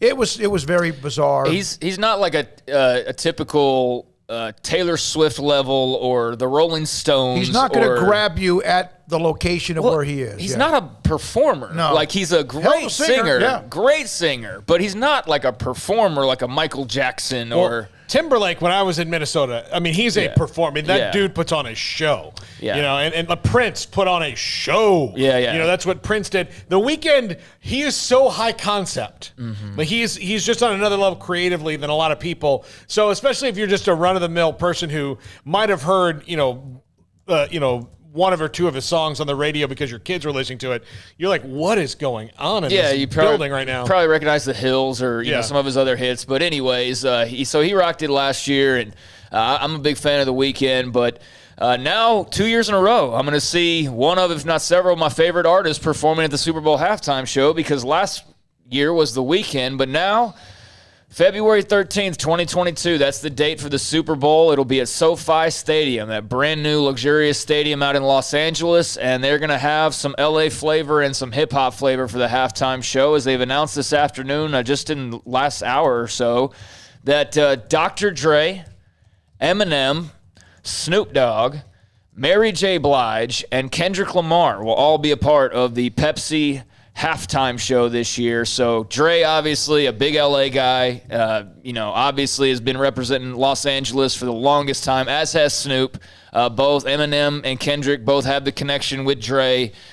through music and have obviously done a lot with him and Mary J. Blige as well. So, yeah, Dr. Dre, Snoop Dogg, Mary J. Blige, Eminem, and Kendrick Lamar are your Super Bowl halftime show. We can't play music on this show. We can play like 10 seconds of it. Short, yeah. But I think Mary K. Blige is J. Blige. Okay, no, well, I think she's got an incredible voice. Mary K. Blige is probably the sells makeup. Her like the what do they call it? Her like drag impersonator. I think she's got like there's something like in a deep, naughty way about her voice. I mean, it's like a soulful voice. I'm not saying it like that. That sounded bad. I love her voice. Yeah, and people have for 30 years. I mean, she's Rihanna's been around a long little time. bit of that too. Yeah, Rihanna's like 20 years younger. I mean, Mary J's been around a really long time, so I understand that you wouldn't necessarily be introduced to her music, but I mean, I've been listening to her since like 90. Whatever. I'll tell you right now. Give me a name of her song. They don't bring Not Gonna Cry. Yeah. Okay. If they don't bring Dre out to Forgot About Dre. Oh, I'm sure they will. That's what they got to do. I mean, they got a ton of. I mean, these dudes all have so many hits. I mean, with some of them like an Eminem, it's like what can you actually use and what can you not? Because some of his best songs and some of their best songs across the board are not necessarily family friendly. But and they will mix them together almost as if 8 songs are playing at one time and make it sound. Well, good. with this group, they're so tight knit. I mean, Snoop and Dre and Kendrick and Mary J. Blige and like they've all worked together for years and years and years and done songs together and all that. So yeah, I think it'll be very interesting. There's a lot of hits to choose from between that group, but definitely the point being there's going to be some LA flavor for the Los Angeles Super Bowl. Keep their heads ringing is great for football. I mean, that's a good one. Yeah. So. Yeah, I don't know. Yeah, I mean that would might be a little too on the nose, but yeah, and I don't know if it would be. I mean, he's got so many to choose from. So it'll be interesting to see what they end up doing with all those artists, but that is going to be your Super Bowl halftime show. This is very much off the radar, and I'm not sure how many people care, but I just think it speaks to a sport that is just so toxic and so in its own way as far as just being corrupt. That's the sport of boxing. The boxing, I guess history has always been one of corruption, and dirty things behind the scenes, but I didn't watch any boxing at the Olympics. I don't know if you guys did. I did. It's not only in passing. Yeah, I mean, if I I did, name one guy that fought. Yeah, I mean, if I did, it was just randomly late at night, and it was on, whatever channel it was on, and it's not, big names and all of that that'll pull you in. But basically, an investigation was done into the last couple of Olympics in boxing, and found that boxing bouts at the 2016 Olympics were fixed by complicit and compliant referees and judges. An investigator was appointed by the International Boxing Association, and he found that various AIB, and that's another thing, they have all these letters and all these groups, and you don't know what's what, but he found that various AIBA officials selected referees and judges to ensure bouts could be manipulated in Olympic qualifying and at the Rio de Janeiro Games. He also found signs the 2012 Olympics in London were affected.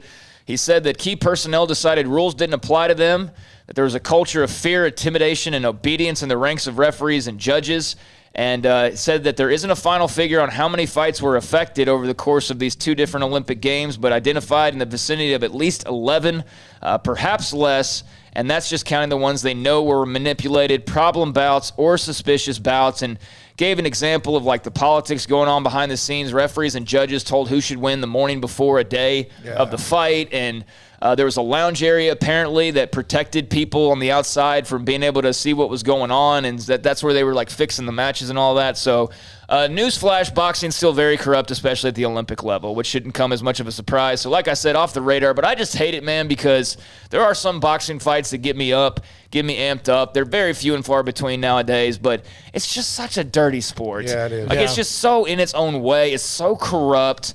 It's just so sleazy, and it could be so much better than it is, but it's just so corrupt. Yeah, that's what I hope doesn't happen with the UFC. And that's what I hope. And there's times it's looked like this dip close to that. I don't want, because I think that they got something right now that boxing. Well, if you remember the Aldo McGregor fight, when McGregor popped Aldo so quickly, seconds into the fight, and it was so fast that there were a lot of people like right away. Just the instant reaction was like, "Fixed fight, no way!" And then you look back and like he clearly clipped him right on the button. But yeah, I mean, there's moments here and there where you probably kind of question, but we know boxing just straight up is like, yeah, we're dirty and who cares? What the UFC has right now is the benefit of watching what happened to boxing before they got big. So there's different, groups, Bellator and all these different things that have, but they're legit league. The boxing doesn't have a league. There's no it's league. just various groups. Yeah, it's just all these different groups. That's the part of the alphabet soup is what they called it. One of the things that John McCain was working on before he passed away, because he was a big boxing enthusiast, was a way to eliminate the alphabet soup, and it just wasn't a hot button enough issue for anybody else in the Senate or the House to care about. Not enough people care. You're right. Yeah, and boxing's made it that way, and it's part of the deal now with that sport. But yeah, just rampant cheating going on, fixed fights and whatnot in the Olympics, and no word yet on whether or not the boxing, whether or not boxing will even have a representation at the next Olympic Games. That has not been decided yet. All right. Also, the Chicago Bears are in search for a new stadium. They've been having some disagreements back and forth with Mayor Lori Lightfoot, and she's been very public about some of her comments and about keeping the Bears in Chicago. And, they have a contract that keeps them there for the next several years, but that hasn't stopped the Bears organization from going and looking around at a place to get a new stadium. And, in fact, it looks as though the Bears are signing an agreement to purchase Arlington Park, which would be a step towards a potential new move. The mayor said that they've got new contracts with Chicago Fire FC, the city's soccer team. They've also had agreements made with Notre Dame for their Shamrock Series that takes place at Soldier Field. And she says that City Hall remains open, but the Bears, along with Churchill Downs Incorporated and the village of Arlington Heights, said that the team has signed a purchase and sale agreement for the entire Arlington Park parcel in the village of Arlington Heights, so that may be where the Bears find their new home ultimately, but the mayor and the city of Chicago fighting that a little bit. I want to go back to Chicago in the next couple of years. I love that place. We've talked about that. But Soldier Field with so many memories, but again, it's a relic. And everything's If Minneapolis can host a Super Bowl and Detroit can host a Super Bowl and New York can host a Super Bowl, then Chicago can too. If they do one that's like the ones that are being built, they're going to host a Super Bowl. That's part of what the NFL tells you. New stadium, that's what San Diego, they get kind of tired of being pushed around and kind of told what to do. If Qualcomm had been not renovated, but had they built something else right there, they would have had a Super Bowl. They were a part of the Super Bowl rotation like New Orleans was in L.A. for many, many years. Miami, Tampa. Yeah, so it might technically be the Arlington Heights Bears when all is said and done. It'll remain Chicago, of course, but that's going on outside of the lines on the field. Also, how about this story? Not that I'm celebrating this by any means, but we all know what happened back in June of 2019 with David Ortiz.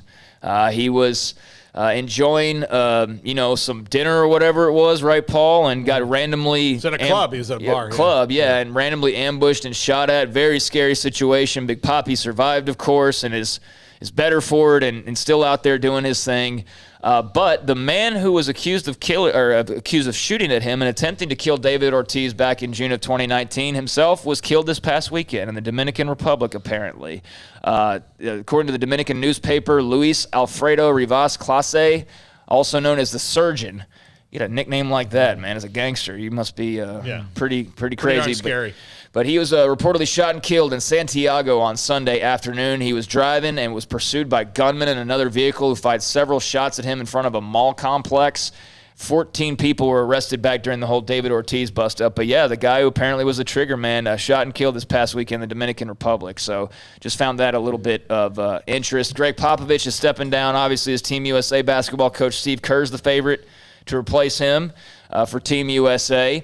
Texas has announced that wide receiver Troy O'Meary will miss the rest of the season, which is a blow for them. The wide receiver? Yes. He is out for the rest of the year. Sophomore receiver underwent knee surgery this week, according to Steve Sarkisian. He announced that on his weekly radio show. So second year in a row where he's going to have to miss a large chunk due to injury to his ACL before the year started last season, and now a knee injury. So a guy with a lot of talent. And they've got, Xavier Worthy's a player that looks really good early on. Jordan Whittington, obviously, and some others. But, Troy O'Meary is out for the rest of the year. And wrapping it up with this, couple final notes. The Field of Dreams, we just saw it recently in Major League Baseball, right? Had the cool game a few weeks back, and just all the nostalgia that comes with the movie and the location and how different it was from Major League ballparks and all of that.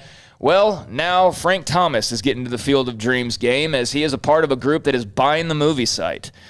He is buying the Field of Dreams movie site, said that he's excited to lead the future development expansion of the Field of Dreams in a collaborative spirit with our neighbors and government officials. So he's controlled a purchasing stake and they're going to get to work and just, I guess, pimp this thing out even further. Yeah. Local neighbors are not thrilled about the idea of, too much going on with the Field of Dreams, but Frank Thomas appears to have a plan.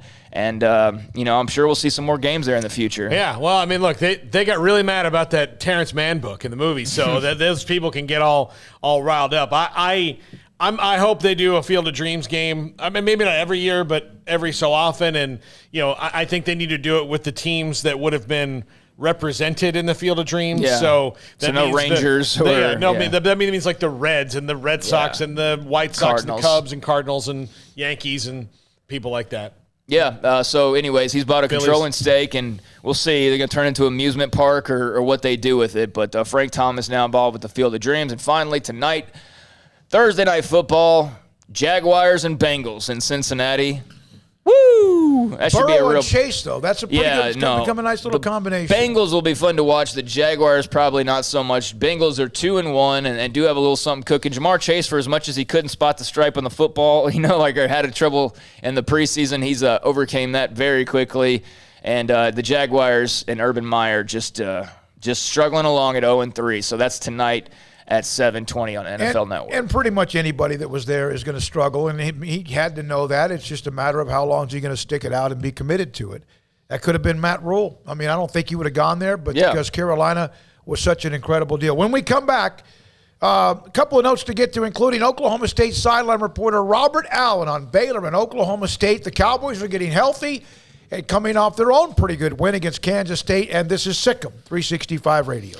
BetUS.com. Remember these promo codes, Sikkim125 and Sikkim200. Sikkim125, 125% bonus on a deposit of $100 or more, or Sikkim200 if you use cash. Sikkim200 if you use crypto, it's 200%. And why BetUS? They're the 3-decade leader. They've been America's favorite sportsbook for over 25 plus years. They've got the industry's bigger retail bonuses to keep their players betting longer, like Sikkim125 and Sikkim200. And with action on every sport across the world, they can pretty much guarantee that they've got your game, and their loyalty program is legendary. They keep their players up to date with articles, players, team stats, and trends, giving you the right tools to make the best wagering decisions. BetUS.com, promo code Sikkim125 and Sikkim200.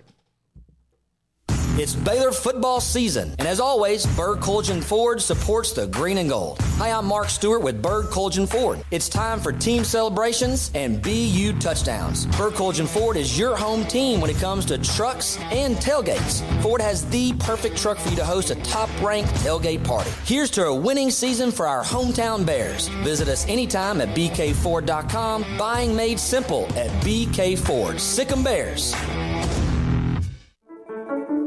One size fits all. That may be all right for an adjustable belt or cheap sunglasses, but when it comes to your financial needs, no one wants a one-size-fits-all strategy. Cam Heathcott, your Edward Jones financial advisor, knows that his most important goals are yours. That's why he takes the time to understand your needs, knowing you. That's how Edward Jones makes sense of investing. Cam Heathcott, covering Conroe and Houston, 936-756-7717 or cam.heathcott@edwardjones.com. Edward Jones, member SIPC. In the market for a quality metal building? Since 1943, Pioneer Steel & Pipe has helped Central Texas residential and commercial customers with metal building design, panel options, building components, and trim options. Pioneer Steel & Pipe's residential line is energy efficient, offers low maintenance, reduces insurance payments, is impact resistant, and carries up to a 45-year limited warranty. In addition, they can also help you find a metal building contractor for your project. Pioneer Steel & Pipe with locations in Waco and Bryan and at pioneeredboys.com.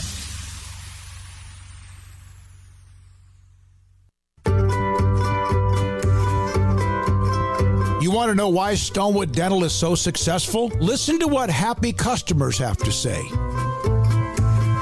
It's pleasant. It's different than any other dentist office. I really feel like they care. And it's not that you're here for 2 hours waiting on someone to take care of you. It's quick and easy, and I bring my kids, and my kids love being here too. They really love the treasure box. Staff is really nice and accommodating, real friendly. You feel more like home. It's not sterile looking. Everybody has their own personalized rooms with decorations and decor, and they'll even have a blanket for you when it's cold. I've recommended people to actually come here, and they are patients now. I really love it here. It feels like family. Learn more, stonewood-dental.com.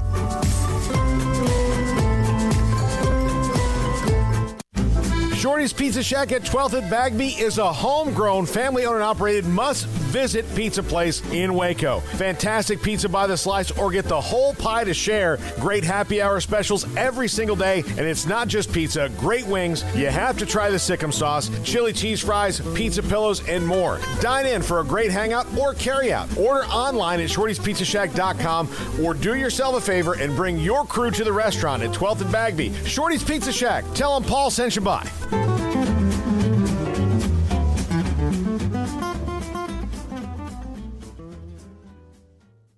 For a limited time, refinance your vehicle and have 90 days with zero payments. Only at Genco FCU. Refinancing lowers your rate and you pay less for your car. You can't pass on rates as low as 1.75% for 48 months. Apply online today. Annual percentage rate subject to change without notice. Subject to credit approval, membership eligibility, and loan policies. Go to GencoFCU.org. NCUA Equal Housing Lender. My money, my future, my credit union. Genco. Welcome back to Sikkim 365 Radio.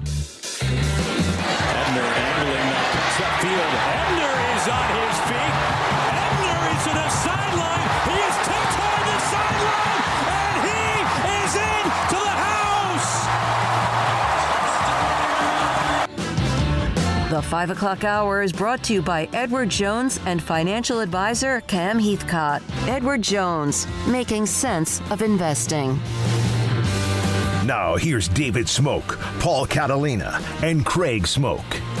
It was just a couple of weeks ago or so, and Boise State was hosting Oklahoma State. Robert Allen, Cowboys sideline reporter, joins us, also a part of PokesReport.com. Sikkim 365 Radio. They beat Boise State. It was not easy. And, of course, last weekend, Baylor had a nice win, but so did Oklahoma State against K-State. Robert Allen joins us, Sikkim 365 Radio. Are they getting healthy just in time, or getting people back, I should say, just in time, Robert? You know, it's funny. We the broadcast crew meets with the coordinators on Thursday. And when we were sitting with Casey Dunn, the offensive coordinator today, he looked at us and goes, well, actually, Dave Hunziker goes, anybody new coming back? And Casey goes, well, I don't know if we'll get anybody new back today, but for the first time since I've been offensive coordinator, we'll start the same 11 we started the week ago. So, and he's been, you know, he was the offensive coordinator last year during the COVID season. And then the first 5 games, obviously, this year. This will be the first time for him as an offensive coordinator to have the same starting lineup on offense 2 weeks in a row. That kind of tells you what it's been like around Stillwater for the Cowboys and the MASH unit the last year and 5 games. Is this the reason that Spencer Sanders struggled to start the year, or is there a secondary part of it? Well, I think part of it was Spencer missed the first game. I mean, and you know, he was in COVID protocol and missed the Missouri State game. And because he was looking really good, to be honest. And I'm not just, throwing that out as, oh yeah, hey, that quarterback looks good, but no, he had really looked good. And then all of a sudden he can't be around his teammates, can't practice for 12 days, whatever it was, misses the first game. So I think that probably took him off a little bit for Tulsa. The Boise game was the most depleted that they were at the receiver position. They were still pretty good against Tulsa. That's when they lost Jaden Bray. Tay Martin only played the first 2 plays against Tulsa. He went out. His ankle injury dated back to the Missouri State game. So, yeah, and then offensive line has been a little bit of a shuffle, although they kind of solidified that. Well, really, with the Boise game. That was the first game Hunter Woodard was back. He had a knee sprain. So, yeah, it's been a little bit of everything, but now they're probably in the best shape health-wise. And they will get Desmond Jackson, the running back, will probably be back. And then also Bryson Green, one of the Twins wide receivers out of Allen, Texas. Those guys should be back for the Texas game because there's an open week after this one. Robert, that's good news on Jackson, but that running game with Jaylen Warren, I mean, how much of a revelation has he been? There's questions about, all right, who steps up and replaces Chuba Hubbard, but Warren has been dangerous, running the ball, catching the ball. What have you made of him so far? Your dad doesn't know this. I've listened to him for a long time because I'm originally from Dallas and went to Oklahoma State as a walk-on, but I've been around, and I know one thing, that when David Smoak tells you something and it comes true, he will tell you. He told you originally it was going to come true. So I'm going to go back with that on Jaylen Warren. I told a lot of people in the spring, when it's all said and done, the guy that's going to carry the load will be Jaylen Warren. He is so much fun to watch. When he came in from Utah State, he's 5'8", 5'9", maybe. 215 to 220 pounds.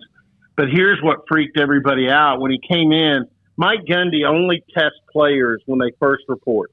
Freshmen, you'll never test again. The next time you run a 40 after you show up and report will be your pro day. Mm-hmm. They don't run 40s every year. They don't test. They generally see what's going on in the weight room, and they can kind of tell how guys are progressing without doing the typical combine testing. They thought that Jaylen Warren was going to be about a 4.6 based on what he looked like. He ran a 4.5 flat. Now, when you're his size and you can run a 4.5 flat and you've got some maneuverability, some escapability, they knew he had a shot. And nothing against LD Brown. I like LD, and LD, unfortunately, is probably out for the season. He's got a lot of speed, but he's one of those backs that's a patient back that wants to kind of watch and see where the crease develops. This kid, Jaylen Warren, he gets to the hole and gets through it, and that's kind of my kind of style of back. So I've been on the Jaylen Warren train going back to when he first showed up in the spring. Yeah, that's good news. Isn't it neat? You don't want to see, as you mentioned, LD go down, but there's an opportunity. Terrell Bernard, who was the All-American linebacker for Baylor, he went out, or he got a chance because Clay Johnston went out, and immediately, right. in fact, 2 years ago, had the scoop and score. There was a huge play in the win against Oklahoma State, and he's kind of iffy right now. I know he's better news Monday than they thought about, but I love opportunities when someone has a chance for one and they actually take advantage of it as well. Yeah, I was going to say, you've been harping on Billy Tubbs' grandson. He got an opportunity because there was nobody left. Mm-hmm. They threw him out there, and he ends up catching a big ball against Boise State. And it's not like he doesn't play. He's on special teams, and he's still in the rotation. He'll come out there a little bit as a wide receiver. But, yeah, I love those. I love those stories where guys, hey, it's my turn, and it's one of Mike Gundy. It's in the locker room. When they walk out the door, there's a picture of several players lined up in a huddle together, and the slogan is "Next Man Up," and that's kind of one of Gundy's favorite phrases. So it comes true every once in a while. When did Mike Gundy lean into the flip of the conference of defense? Yeah. Because Baylor did it when Matt Rule came here. Obviously, Iowa State did it when Matt Campbell came in. And West Virginia's been running that 3-3-5 for a few years now because they were getting torched by spread offenses. But when did Mike Gundy, who was all in on the spread offense, when did he kind of lean into the defense at Oklahoma State? About 4 years ago, he made the conscious decision that this thing was going to, football's cyclical. It goes around. And he could see where he was starting to see it with West Virginia and Iowa State, that defenses were starting to have a little more success, even though it was still, this conference was still known as the no defense league and the wild, wild west of offense. But 4 years ago, he shifted 4 scholarships from offense over to defense. And that's allowed the defense to kind of load up the last several years in recruiting. And a lot of those guys that are in that first group of 4 scholarships are guys like Jason Taylor at safety, Colby Harvell-Peel, Jarek Bernard-Converse, Malcolm Rodriguez, I think. No, he was the year before that. But some of the guys that are playing and paying dividends right now were in that first class where Mike shifted 4 scholarships to the defensive side. Robert, Dave Aranda had effusive praise for Jim Knowles during his press conference on Monday. Just the level of respect, his appreciation for what he does. And obviously that defense is very, very good, especially against the run. You named some of the standouts, and Malcolm Rodriguez leading the way. They don't let teams run the football on them, but is there any crack in the armor when it comes to that Oklahoma State defense? You know what? If Kansas State tried to find it last week. They came out on that first series and they started throwing the ball deep. And then maybe if it had been Skylar Thompson, who I think is a better quarterback than either Will Howard or the Lewis kid that came in, maybe they hit it. But a couple of those passes were pretty much on mark. And Jarek Bernard-Converse had 3 pass breakups in the first series of the game. And what it did, it told Kansas State, you're not going to get big explosive plays in the pass game. And OSU was able to stay in man coverage on the outside, put extra guys in the box, and that's how you stop Deuce Vaughn. Otherwise, you're going to struggle. And Deuce still, in the second half, popped a big pass play when they were in man coverage, and he kind of fell down, and the guy that was on him went ahead and took off for the quarterback, and Deuce Vaughn ends up with about a 50-yard touchdown pass. There was mainly Deuce running down the field. No, I mean, this defense it's the best defense I've seen since the Pat Jones days when Leslie O'Neal and John Washington and a safety named Mark Moore that ended up in the NFL with the Seahawks. I know him. Here's a funny story for you guys last week. Green, the middle linebacker for K-State, got penalty review on targeting, and they came back and called targeting on him. Rob Glass, the head of strength and conditioning, turned to me on the sidelines and said, imagine if Mark Moore had been around now, how he wouldn't play in a game. He wouldn't make it through one game because Mark Moore was a missile with that helmet. So, this is the best defense I've seen since the early 80s. Mark Moore played on a team in Nacogdoches, Texas. Yeah. And they had one of those years because they have been terrible forever. And I remember covering him. My late father-in-law, he went to go watch him play. I think it was at Texas Stadium. They played Temple, and all he could talk about at that time, they beat Temple. They're not supposed to beat Temple. And Mark Moore had himself a game. He was an incredible football player at Oklahoma State as well. And he would knock you out. There's a lot of guys we have old players on. We talk about the new rules. A lot of them say they couldn't play. I mean, they'd adjust to it, but they couldn't play. So, Mark Moore would have struggled. Two-time All-American at OSU. Oh, he's just unbelievable player. What was the any, not reverberations, but any kind of like, oh, damn, Baylor beat Iowa State.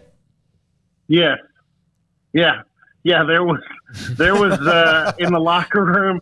Yeah, in the locker room afterwards, because that game was an afternoon game, so it was over by the time OSU played or started with K-State, but no one had any time to react to it.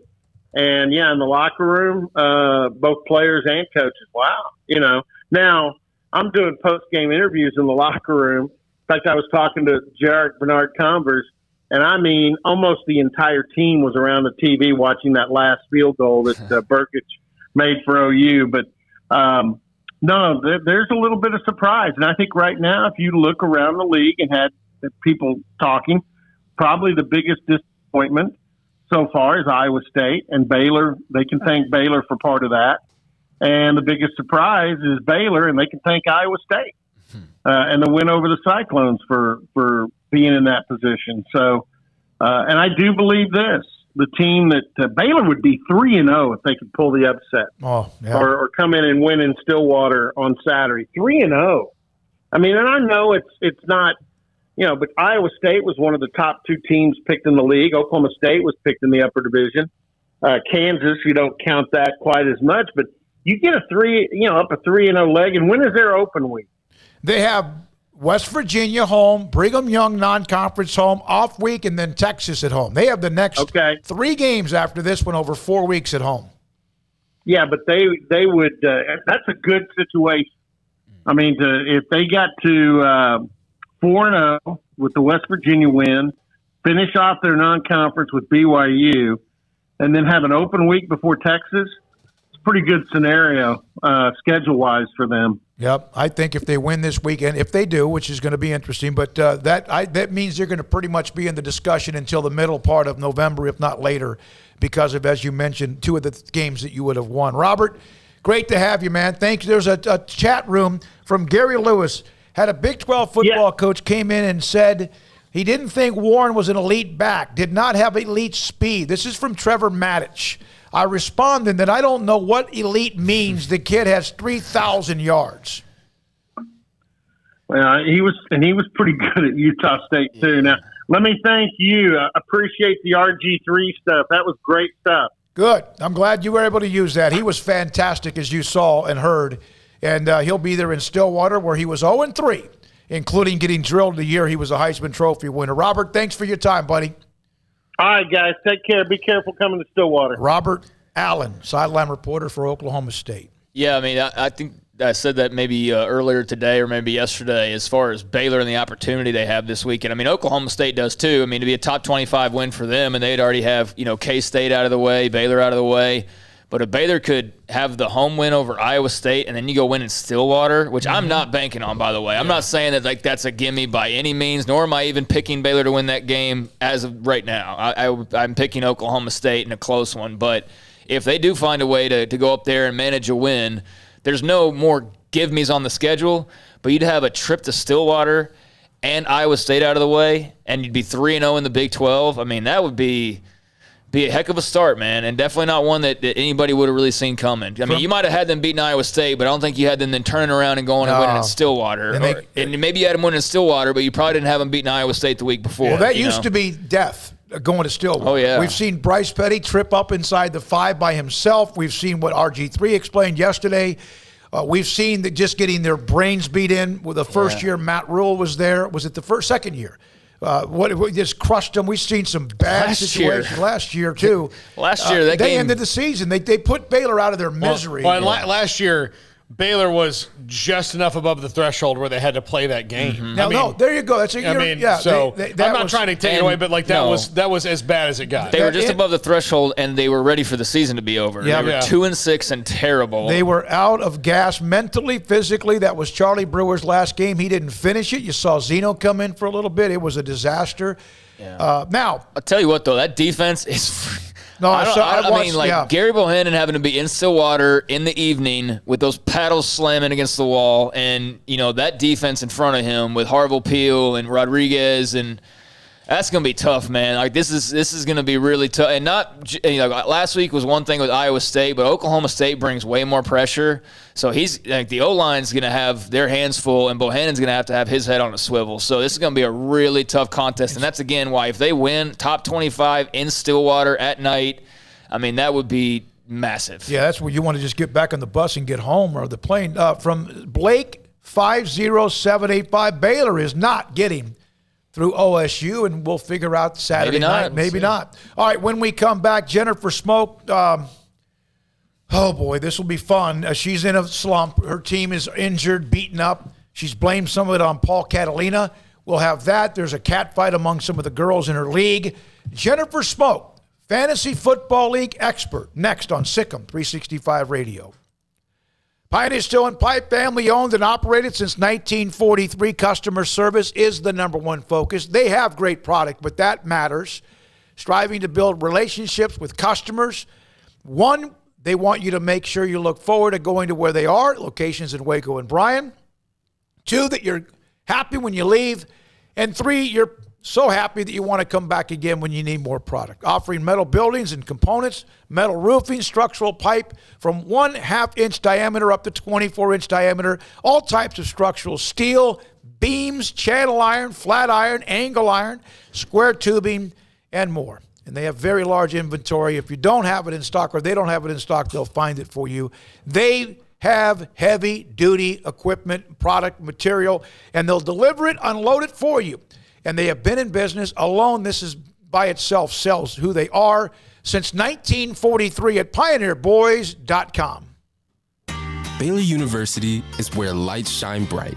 So let there be light. Let there be roommates and teammates, scholarship and championships. Let there be fresh starts and new traditions, fast friendships and lasting impacts.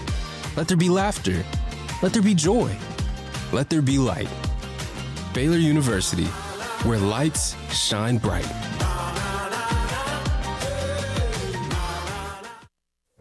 Stepping into a new pair of boots is great, but stepping into the boots of a U.S. Army officer can also add confidence and leadership skills to your son or daughter's career path. There are more than 150 occupational specialties to help them find the best fit for their future. See all the things your son or daughter can achieve in our boots at GoArmy.com. U.S. Army Waco Recruiting Company, 254-598-8131 or 254-776-1543. Baylor Scott and White Southwest Sports Medicine and Orthopedics, the team physicians for Baylor Athletics, diagnosing and treating all sports-related injuries, including concussions. These specialists also provide orthopedic services for athletes and non-athletes alike, whether it's knee or shoulder pain, hand or wrist injury, orthopedic spine care, and even an arthritis and total joint clinic. Trust the doctors Baylor Athletics trusts. Baylor Scott and White Southwest Sports Medicine and Orthopedics wants to get you back in the game.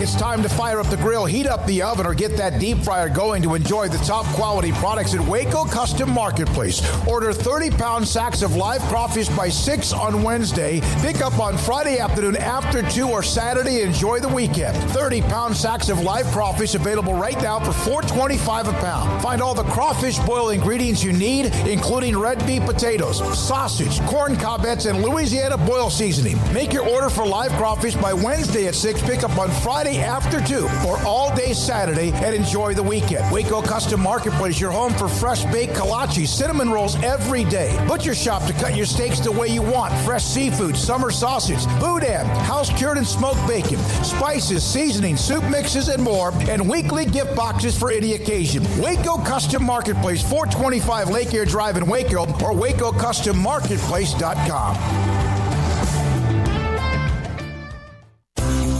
At Ideal MRI, we feel blessed to be a part of the Waco community. We're a small family business right here in Central Texas, and our goal is to bring down the cost of healthcare while maintaining high quality.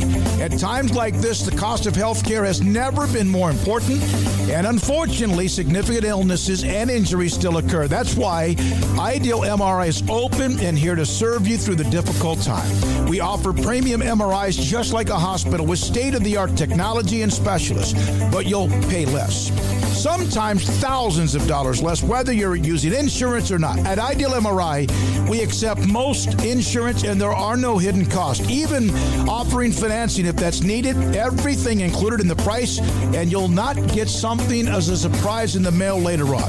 If you need an MRI, ask your doctor about Ideal MRI. They'll know. You can schedule an appointment safely from home online in minutes at idealmri.com or give us a call, 833-IDEAL-MRI, idealmri.com. Let Camille Johnson Realtors guide you seamlessly through the process of buying your dream home or selling your current one. Commercial, farm and ranch, or residential, Camille Johnson Realtors can smoothly and successfully lead you through any transaction. With a team of 28 experienced agents who are excited about serving you, Camille Johnson Realtors services the entire greater Waco area. If you're in the market to buy or sell, contact Camille Johnson Realtors, 104 Midway Center in Woodway, or find them online at www.camillejohnson.com. Camille Johnson Realtors, elegant, charming, warm. Welcome home. Welcome back to Sikkim 365 Radio. Have you subscribed to our YouTube channel? Do it today by searching Sikkim 365 on YouTube. All right. Jennifer Smoak, Fantasy Football League Commissioner. 1-2 after yet another week where an injury haunts her football team. I don't know why she doesn't just pick healthy players, but whatever. It's like the Cowboys drafting players, Paul, that were injured. If you were a first-round talent but tore your ACL and your Achilles tendon on the same play, second round. Yeah. Gonna happen. Jennifer, I'm trading text with Coach Rule. He's getting ready for the Cowboys, and I told him that you have a lot of faith in Chuba Hubbard. Do you know why he actually drafted Chuba Hubbard? Not just because He saw him run down his throat one time at Oklahoma State, but what actually the story behind that pick? No, I don't know the story. They were looking at the next pick, I think was in the third round, whatever round it was with Chuba Hubbard. His wife texted him, this would be a good time to draft Chuba Hubbard. And he did. So she gets the game ball when he was a part of helping them win the game last week. So hopefully, all right, so how are you doing mentally? How are you doing mentally? Oh man, I mean, I'm just devastated. You know, this is my third year in a row that my first pick of the draft has gone down. First year was Patrick Mahomes. Second year was Saquon Barkley. This year, Christian McCaffrey. It's like literally a curse at this point. But you know, I'm probably going to change my name to pulling hammies, because I had 3 players on my team last week who had hamstring injuries. I mean, first Christian McCaffrey, which, what was it, like a stiff arm, and all of a sudden he's out of the game. I mean, I didn't even realize that he had even gotten hurt until all of a sudden they're saying that McCaffrey's in the medical tent, and Daniel and I just looked at each other like, you've got to be kidding me right now. And then, of course, they come back from a commercial break, and it's like, well, we've got some news to tell y'all, but we'll wait until after we hear this call. And it's like, no, tell me what happened. Like, this is like crucial. So that was devastating. And then, of course, you know, I was optimistic, saying, okay, well, at least he got me 6 points. At least he didn't go out with just a goose egg. But then, you know, we start the games on Sunday, and I'm just hopeful that at least somebody can just step up and make up for it. And then, boom, Sterling Shepard out with a hamstring injury after he was on my starting, you know, he was a starter for me last week. He got 2 receptions and goes out with a hamstring. I mean, do we need to hire some new trainers for these teams? Like, I don't get what's happening. And then Julio Jones, same thing, injured his hamstring and only played 7 plays in the second half.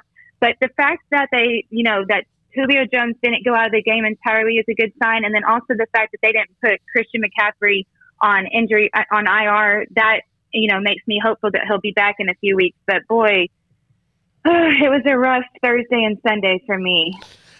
Jen, for you or for Daniel? Yeah. I have to say though, I told myself this year, I'm not going to let myself get all worked up about fantasy, and that, you know, I broke a table last year. And I mean, you know, I get very, very, very passionate about this. This is what I live for in the fall. You know, I mean, people that play understand, but I just can't get over this curse of my players going, like my top player going down. It's terrible. But I did get Chuba Hubbard on the waivers, thankfully. So, it was just a very, very rough week for me last weekend. All right, I'm going to make a couple suggestions. Do with them what you will. I would not play any Pittsburgh wide receivers right now, because Ben Roethlisberger is done. I mean, he's just... Oh, my God. Why is he even allowed to be putting on a Steelers jersey? Every time I'm in a bad mood, I'm going to watch a video of him just running with the ball. It's the most hilarious thing I've ever seen. Yeah, he's terrible this year. Terrible. Yeah. So Chase Claypool, while maybe he has some value if you really need to play him, I would play Rondale Moore on your roster over him right now, because he's in an offense with a quarterback who can throw the ball from here to the line of scrimmage without wincing in pain. So yeah, I think that one's good. I think I looked at Cordero Patterson is on the free agent wire, and while he's been a kick returner most of his career, the Falcons are using him a lot. That might not be a bad guy for you to pick up. And Hunter Renfrow as well might not be bad for you to get because I think it's his time in Las Vegas. Yeah, he's legit, dude. He's just making plays, and nobody can cover him either. Yeah, that would be a good one if he's available. You could do it all right now before we're even off the phone. So they're all available. No, I was going to ask you what your opinion was about that. And I know that's my thing with Claypool is he did end up getting me 18, I believe it was 18 points last week, but that's the problem is it's like, I can't rely on Roethlisberger, and it's like, yeah, Claypool could have these big games, but it's like the way Ben's playing right now is just awful. So, okay. Yeah, that's what I was questioning, because I do, that's my problem is rotating out these wide receivers that I have and trying to figure out who's going to be the best. I just saw Natasha picked up Hunter Renfrow just now in the last 30 seconds. She's listening. You mean her husband? I'm just kidding. I'll see the claws come out. I'm just kidding. But you better go get him while you can. Seriously. Oh no, I'm already mad at. I'm some of the girls already have. It's one of those things. just kidding. You know, like I said, I take it really seriously. And so last week there was a little bit of a text exchange because I was like, does my number one pick every year really end up getting hurt? And then of course the girl I'm playing, who was Alex, chimes back and was like, oh, that's such a shame, with a laughing face. And then my bestest friend Tara clicks ha on it, and I was like, okay, Tara, you just got moved to the trash takeout at my wedding because like now you're on my bad side. She's supposed to be my maid of honor whenever that day comes, you know, shout out to Daniel. But anyways, and then Alex returns with, so am I uninvited? I was like, 100% you're uninvited. So, you know, I just, you know, when one of my players, you know, goes out, it's not the time for jokes. You know, like I said, it ruins my whole, you know, next week until I can get my waivers to go through and make sure that I have someone that can replace him. Yeah. Who is your bestie? If Tara's no longer your bestie, the twins are in that conversation. You and Brittany have a love-hate relationship. I'm with Brittany right now. Okay, all right. But Brittany's not playing this year, and the twins don't play fantasy either. So, but yeah, those three would be the next up. But moving up the list of your wedding, you might wind up just eloping without any kind of wedding party. Please do that. If you do it, I'll pay for dinner, not the rehearsal dinner. Dinner. You're gonna have to pay for everything, guys. And then the week before. The week before, Tara, I was playing Tara. So she did that to me this last week. And then the week before that, I was playing Tara, and she ended up beating me too. And she has her son, who's basically like my godson, sends me a video. And literally, like, it was the last game, and she had the Chiefs kicker. And of course, he just, you know, great game for him. And then she sends me a video on Instagram, and immediately I'm like, I swear if this has anything to do with fantasy, I'm going to be so upset. And I open it, and it's her son, and he's like, no, I don't want us to ask that question. And he's telling her he doesn't want to ask me something, and then she's like, just say it. And he's like, I'm sorry you lost, Aunt Penny. Oh. And I'm like, okay, how can I be mad at that? But at the same time, I'm like mad, you know. Oh. But yeah, so that's 2 weeks in a row she's taunted me. Hey, Jennifer, my girlfriend sent me a video of the kid that she used to nanny for saying, I'm sorry about Mookie Betts. And I mean, it was rough for me. I get it. Yeah, no, I didn't even respond to it, and then finally after, like, you know, like I said, he's basically like my godson. So of course, then I felt guilty, and I was like, okay, I can't let fantasy get in the way. But yeah, I don't find that stuff funny. It was too soon. Like I need some time to like heal and recuperate, like my players. But you know, it's fine. It's it's all fun and games in the end, right? It's just fantasy. This is what happens, and some people just have it worse than others. Like, for example, okay, Gronk goes down. You think the guy's dead on the floor. They're making a huge deal about it. And then, like, next few plays, oh, Gronk, huge reception. It's like, what? Like, my player goes out, and he's in the tent so long because he can't get himself better. But, you know, someone like Gronk goes down, you know, whoever has him, they don't have to panic. He's coming right back. Devontae Adams goes down. They go straight up to his eyes and his helmet, and they're, like, rolling back in his head. And then he pops up, plays the next play. Like, there's no way he didn't have a concussion on that play. Then Tyron Lockett goes down. Oh, nope, it's fine. He's right back in. But my players, they just, no, we're just going to take the whole season and recover. It's like, it's just terrible. It's exhausting. I have the worst luck with injuries on my team. Craig? So, drop those defenses too when you pick up those guys. You don't need the extra ones on your bench this week. No, I know. The reason I did pick up the Titans defense this week, but that was just because they're playing the Jets. So, but yeah, no, I'm not planning on keeping all those. It's just what ended up happening on the waivers. Okay. But so I that's why I picked up the Titans, and then I got Chuba Hubbard. I'm also in the works of trying to do a trade, because if you look at Macy's team, she's got like 6 running backs on her team that are all pretty good.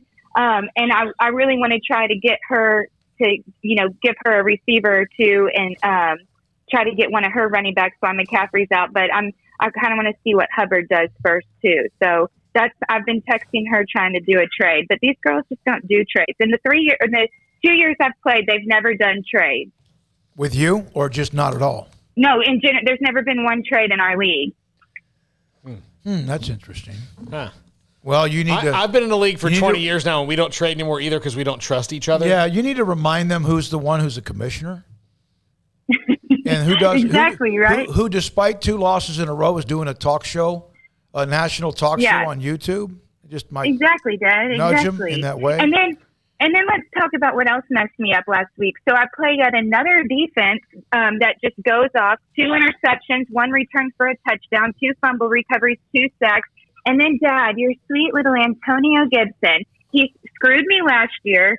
And I think it was the game, he got like 3 or 4 touchdowns. Against the and Cowboys. Then he has this 73-yard receiving touchdown that was a 19-point play, and then he was quiet the rest of the game. Then your Redskins want to throw a touchdown at 4th and goal to Logan Thomas and get another 6 points for Alex. It's just like, it's a joke. And Herbie is no longer my little Herbie. He's Hitler Herbie, because when he went and started throwing down the field and then got Mike Williams his 2nd touchdown of the game and left time on the clock for one of the greatest quarterbacks ever to go run down the field, I was so mad. Like, why did they not just run the ball and run the clock down and then kick the field goal? Why was that so hard? No, Hitler Herbie has to have the game of the year. So, yeah, it was a great week last week. I was in a really good mood. So you're talking about Justin Herbert of the Chargers. Okay. Just imagine Hitler Herbie. Daniel has to listen to this all day Sunday, every single week. I know. He sits there and he's like, you do realize I have 2 fantasy football teams of my own, right? And I'm like, no, I'm not paying attention to yours. But no, I always pay attention to his. But, mine has been just a tidbit distracting this last week. So Baylor 88 Bear on the text line. My daughter got married in August, wanted a small wedding, 17 people. I highly recommend it. Oh, yeah. That's the way to that would go. be a dream come That's true. the way to go. 17 people. I wish I could. You might have 17 bridesmaids, knowing you. It's going to be such a disaster. Actually, 9, but yeah. Paul, you have any Bitcoin money or anything like that? 9. I love that we're talking about this and it's not even like in the works. But Yeah, but Dan, first of all, God bless Daniel for putting up with you. And oh my gosh. yeah. All right. What about? Well, I mean, Dad. God bless you for putting up with Daniel. Yeah, There you exactly go. right. Thank you, Paul. You know I love you. I have tried to talk you down from the cliff twice now in the last 2 weeks, and at least I help maybe distract you with something else. But good to hear from you. Good luck. Thanks, guys. You need a break. This week will be better. Because 1 and 3 I is going to know. be hard to dig out of that ditch. But Jennifer Smoak, a Fantasy Football League commissioner. Thanks, guys. Love Thank y'all. you. Love you too. It's all about getting in the playoffs, though. You get that last spot in the playoffs and get hot then. That's all you need to do. Yeah, it's 1 and 3, and and her team was They score a lot of points, but last week I'll tell you what, man. She makes me so glad I don't play fantasy sports every weekend with her text messages. I mean, love her to death, but like the stuff, like her whole rant just now, like I don't have to deal with that in any way, shape, or form. I just watch the games, and it's really nice. I drove to the game in Duncanville last week, right? Yeah. I called her in Waxahachie, or she called me back, and I was driving around the stadium in Duncanville 3 or 4 times, and I had not said a word. It was that segment on the phone. But I like the stress of it. That's what I enjoy about it. I know some people, I like the stress. I'm fascinated by it. And it keeps me, I would be invested in the games anyway, but I do like to, because I do have the NFL Sunday ticket, which, by the way, the NFL apparently wants to go to Apple. Yeah. And Apple has enough money, think about this, to just buy it straight up, charge their normal, maybe add $1. It's $4.99 a month for Apple TV Plus. Maybe add $1 to the subscription fee, and then they'd have to get 33 million more subscribers. But if you could get every NFL game for $5, yes, they would get half that just like that. And colleges, that's something they need to tap into that. If they possibly can. They've also talked about just doing straight up single game purchases as well for Sunday tickets. So that's part of what they're discussing. AT&T apparently is getting out of it. So you could do single game. Kind of like it's college football. I don't think you could charge. Well, I guess you probably would. It's the NFL. But those like Oklahoma versus San Diego Southwestern of the Holy Cross is like $60 to watch. It's crazy. They played somebody earlier this year. I believe it was. And I looked on the pay-per-view. I wasn't going to watch the game, but I was just going down the pay-per-view. It was like $59. Yeah, it's ridiculous. Hey, one note about the Pac-12, and then we get to Paul's top 5 here in a moment. But baseball, I have to do this baseball note because this blew me away today. The Dodgers, since they traded for Trey Turner and Max Scherzer, are 40-13. Only 6 teams have had a better 53-game stretch over the last decade. One of them being, well, they've gained one game on the Giants during that time. Yeah. The Giants are 39-12 or 39-14.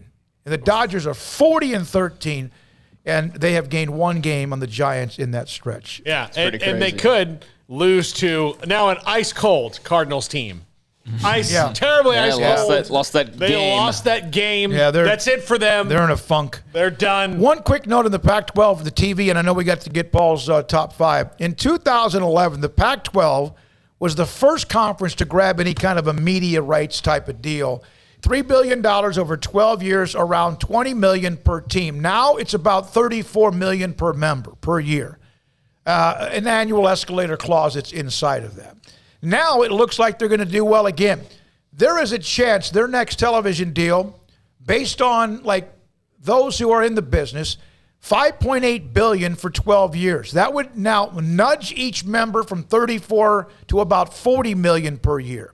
The conference would still take a cut of that, so it drops it down to each school like 36 to 37 million. Negotiations are going on. ESPN content. With the commensurate agreement, the Pac-12 would go to a 9-conference game schedule, providing extra content. Some of you have said, why would the Big 12 want to grow from 12 to 14 to 16? It's all about content. The ESPN, they want eyeballs. It's about content. And think about this. If now you have 88 football games, as I mentioned earlier, and then you may have 160, it's about content. And that's what ESPN is also very interested in. The alteration could bump that $5.8 million for the Pac-12 up to over $6 billion to $43 million per team. And that's why the Big 12 is at least still looking at expanding. You may go, why Boise? Why Memphis? Or why SMU? Or why USF?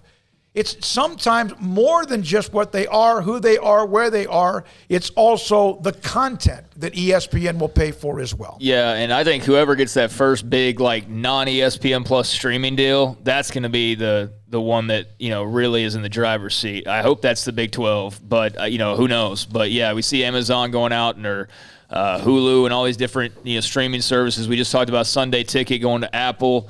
I think there's a lot of possibilities out there. I'm not sure what the industry's interest is outside of the typical or the usual suspects in bringing college football on board. But, man, I'd be exploring every option, and I'd be all about trying to find that streaming fix if I was the Big 12 or any other conference for that matter, especially those getting ready to renegotiate. But while I know we have to go, not everybody was with us at the beginning of the show or in that first hour. The basic gist of what you talked about earlier is – that the Big 12 is looking still at expanding. Two candidates who would be right at the top of the list would be Memphis and Boise State. Which we've said from the beginning, and with some of the reasons why they would be and some of what they have to still do. Yes. I just talked to BJ Raines that covers Boise. There are plans for them to expand their stadium. They're going to have to do that. They know that if they go to the Big 12. And the Memphis thing's all contingent on, do they build, we've said this, build a new stadium on campus, fix up the Liberty Bowl. It's a very political ball. It's a very big political ball because also they don't want to lose some of the games the Liberty Bowl hosts now. So if, in fact, and it's FedEx and Fred Smith, and then all of a sudden DHL from something else, but they know what they have to do. The full meal deal version of that is already on and tweeted out and everything, so you can go onto the channel and watch that. That segment of our show is already on the channel, so if you want the full details, you can just go to that there. Yeah, but the basic gist is Big 12 looking at expansion. Up next would be Memphis and Boise State to be followed or in conjunction. If the Pac-12 gets a new deal. Which I was going to get to. Okay. But, and then the next group that would be potentially joining would be South Florida and SMU. So you'd be looking at South Florida, SMU, Boise State, and Memphis. As chapter 2.5. Is a chapter 2B. But that is contingent upon the Pac-12 network's negotiations and the college football playoff expansion. College football playoff, and of course those schools addressing what they may need to do, like dressing up the Liberty Bowl a little bit, bringing it up to adding seats to Boise, things like that. But that's the gist. But he gets into much more of the weeds with the segment. It's up on the YouTube. It's up on our Sikkim 365 Premium and more. Paul's Top 5 is next. You know what would make this moment better? pizza. Dough made from scratch and an Italian family sauce recipe pizza. 3 fresh signature cheeses making a melty blanket of perfection pizza. Like loads of premium toppings like crispy Old World pepperoni, savory Italian sausage, and fresh sliced veggies pizza. That's Marco's Pizza. Visit marcos.com and make any moment better. And with 4 locations in Waco, Belmead, China Spring, Woodway, and soon to open in Robinson. Marco's. Pizza lovers get it.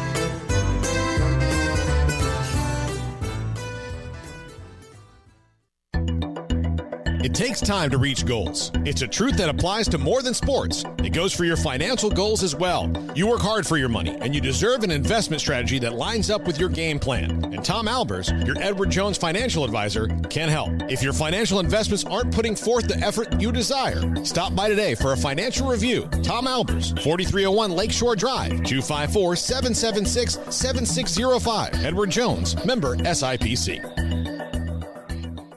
Escape the mundane with the responsive power and exhilarating agility of a new Cadillac from Richard Carr Cadillac. Smile behind the wheel again in the supercharged sophistication of a CT4 or CT5 sedan, or the sporty and spacious XT4, XT5, or XT6 lineup of SUVs. Starting at only $33,395, the Cadillac of your dreams is waiting now at an affordable price at Richard Carr. Test drive from the expansive selection at Richard Carr Cadillac, or let us bring a test drive to you. Go to richardcarcadillac.com to schedule a test drive today.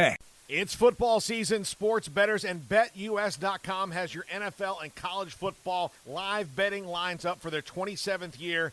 Why BetUS.com? Well, they're the 3-decade leader, and you can join now for a 125% bonus on promo code SICK'EM125 with cash, or a 200% bonus on crypto with SICK'EM200. The 3-decade leader with action on every sport across the world. We can pretty much guarantee that they've got your game at BetUS.com. Use promo code SICK'EM125 or SICK'EM200. With so many companies and policies out there, it gets so confusing shopping for insurance, and I never know if I'm getting the policy that's right for me. Luckily, I met the team at the Niche Group Insurance Agency. With the Niche Group, you can go to one company and get access to coverage options from many insurance carriers, and you get to speak to a real person about your specific coverage needs. With the Niche Group, I know I'm getting the right coverage at the right price. If you need insurance, talk to the experts at the Niche Group at 1-800-258-8302.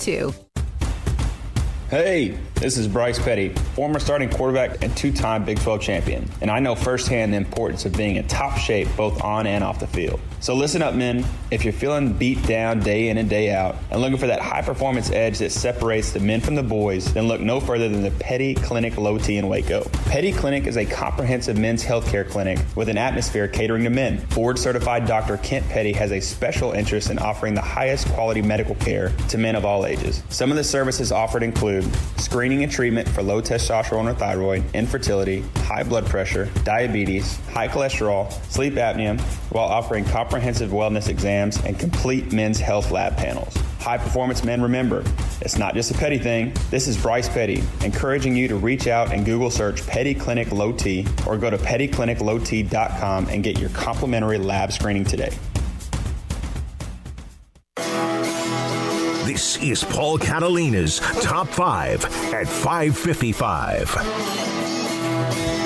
Brought to you by Champion Salon and Barber, 2 locations here in Waco, in Woodway and downtown. Just a stone's throw from us. This picture got me cracked up. Top 5. Oh, God. Gary Patterson feuds. Frogs of War coming at you. Can't block me from seeing this. So I started out today with the intention of doing, in the spirit of Gary Patterson, top 5 college football coaching feuds. You know, Jim Donnan, Jim Donnan and Phil Fulmer got into a fight one time. You know, I think they're actually friends now. But John Chaney and Calipari. Yeah, John Chaney and like all the coaches feuds, because I thought that would be funny. But when I started making a list of all the things I remembered, Gary Patterson's name kept coming up. Yeah. So I said I need to do 2 separate lists. So I will do the top 5 Gary Patterson feuds. Okay. Number 5, Gary Patterson versus ex-players. He has been sued by ex-players The wide receiver now blank. I wrote it down and I didn't bring it with me. But there's a wide receiver that sued and named him in a lawsuit a couple years ago. And, yeah, his ex-players have gotten infused. Now, I think the wide receiver was kind of complaining a little bit too much. But yeah, no, that was I got it right here in front of me. Colby Listenby. Yeah, Colby Listenby. Now, we don't know if he was telling the truth or not. Not telling the truth or not. Yeah. But that was a feud. I'm just talking about feuds. I'm not talking about who's right and who's wrong. But there are feuds, and he's involved in a lot of them. Number 4, Gary Patterson versus everyone on Twitter. You can wake up one morning and find out that you've been blocked and not even know what you did to get blocked by Gary Patterson. You might wake up one morning and be blocked by Gary Patterson, and his wife accidentally followed you, and like 4 of his assistant coaches. That could happen. That did not. That happened. Yeah, that happened to me. Yeah. Yeah, there's a lot of Baylor fans who have been blocked by Gary Patterson. Yeah, no, I know how it happened too. I just was scrolling through a time. It's like 7 years ago at this point. This is the heat of the Briles-Patterson rivalry. And I looked at my phone one day, and somebody had quote tweeted Patterson, and I was like, why can't I see this tweet? That's weird.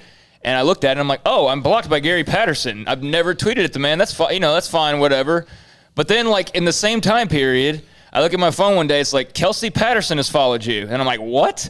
And I look back at my phone, and she had not followed me any longer. I guess an accidental slip or whatever. No, it was probably just to see what you said when you realized you were blocked by Gary Patterson. I don't know, but I don't even think I said that much about it. But then also had like 3-4 assistant coaches follow me around that same time from TCU. It was just kind of odd because I had blocked him back. All right. Number 3, Gary Patterson versus Orion Stewart and Ahmad Dixon. Yeah. They talked a little trash to Gary. Ahmad Dixon was kicked out of the game doing it and walking off. And in the post-game press conference, Gary Patterson says, if they want to keep this going, I know where Gary Patterson lives. Gary Patterson lives in Fort Worth. Yeah. That's what says in the third person when he could just let it go. Yeah, I mean, another deflection, though. They lost a gut-wrenching game. Who was the safety for Baylor? Picked off a pass. I think Paha might have been the quarterback. KJ Morton? Yeah, no, it wasn't him. It was it didn't matter, but they picked off a pass, and that was part of the postgame. Yeah. I mean, that's a funny. And Ahmad was hanging around too much. Yeah. Yeah. Well, I was going to say, that's a funny little tussle because that's 2 of the heart of Waco right there that he was going up with. That wasn't just Baylor players. That was Waco Baylor players and Ahmad and Orion, and they were not backing down either from that. No, I mean, those two. No. Right. Yeah. Number 2, and this probably could have been number 1, but it's not the most recent. Yeah. It was Gary Patterson versus Art Briles, and I'm gonna tell a couple different stories here that we may not have told on the air. So Smokey and I are at Big 12 Media Days. I think it's the first time we went, and it was that particular Big 12 Media Days lined up with we were in Dallas for 2 days. We got on a plane, went to Oxnard because Cowboys training camp was starting. So Gary Patterson sat down, we asked him and said, this whole thing with you and Art Briles, I think the question was, is that more gamesmanship or whatever? And Gary Patterson looked us dead in the eyes and said, Art Briles and I don't have any kind of feud. He and his wife and I went on vacation together last year. And we sat there slack-jawed. Yeah, I almost passed out. What? Really? I mean, I didn't get that off Coach Briles, but he keeps it pretty close to the vest. So we went and asked somebody who at the time, and I won't divulge her name, but she was pretty close to the Briles family and worked for the Cowboys. I'll just tell you that. Yeah. And we asked her, hey, did Art and his wife go on vacation with Gary Patterson and his wife? And she said, no, never. She goes, they were on the same flight to a coaching convention together. That counts as vacation. They were on the same plane. They were on a flight. They were leaving town. These 2 hated each other. Yeah. I think they respected each other as football coaches, like as far as the X's and O's part of it. And there's no doubt that they were good for each other from a competition standpoint, both programs. While that was at the heat of what it was, they were at their best. Both teams were. I mean, they were both right there knocking on the college football playoff at the height of that heat. And, subsequently Briles gets fired and TCU's just kind of been sort of good, sort of whatever ever since then. Their best teams were last when that Baylor rivalry was really at its peak. But, yeah, they did not like each other. It was clear there was animosity there. And I think Gary took some shots, at the end when Briles really couldn't have a chance to respond that – maybe were valid in some ways, but also were cheap shots. Well, also, he took one at the beginning after a game he won by 34 points or 31 points and said Art Browse was stealing plays. So, him and everybody else, apparently. Because everybody's done that. Yeah. And we'll go to number one. It's now Gary Patterson. Wait, when he accused Orion of getting in his face, wasn't that after 61-58? Was that after? It would have been, right? That's the thing is we have to narrow it down. Yeah. There's been multiple incidents. No, that game between Baylor and TCU? It was after a loss. That's always after a loss. It's the SMU rants after. Except 2010 when they said they stole. That one was after a win, which makes no sense at all. They beat the hell out of Baylor. Yeah. And number one, now Gary Patterson versus SMU.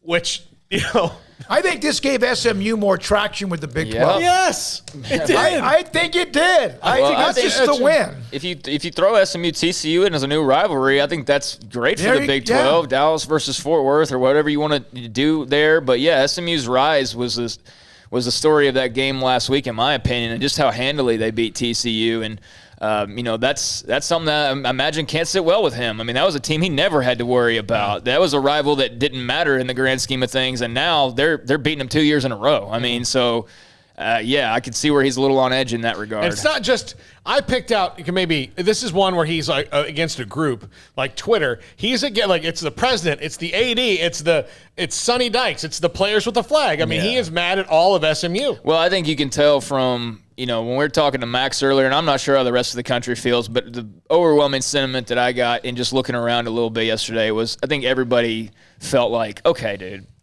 calm down. You're kind of blowing this up a bit too much. And so, he does that sometimes. He does that often, and that's why there's a list that actually could be expanded rather easily with multiple. I mean, like I saw a Tech fan, as soon as the Gary thing, the story yesterday popped up, had their own version of, their tiff with, like it's everybody. So, It's an interesting thing there with GP. From Jay Bird to wrap it up, TCU is his personal. I can't even read that word. His style wouldn't fly elsewhere, and there's a lot to that as well. TCU is his personal fiefdom. His style wouldn't fly elsewhere. That's a big word for me. All right, thanks to Hey, Tony Altimore is going to join us tomorrow. I keep talking about him. The graphics, we had to wait for time where he could have some time. We'll have Jalen Petrie tomorrow. By the way, I think on Listen Bee, they settled Bradshaw? that eventually. Yeah, they got that settled. On who? The Listen Bee thing from years ago, they settled that because I think TCU had countersuited, and then they just settled it out. For Paul Catalina to my left, Craig Smoak to my right, thanks to Armstrong Sims, runs the mothership, Jack McKenzie here today. And we appreciate those of you, chat room, text messages, phone calls to start the show. We hope you enjoyed it. Segments will be up eventually, due time. Thank you, David Smoak. Good night, Sikkim 365 Radio, 365 Sports.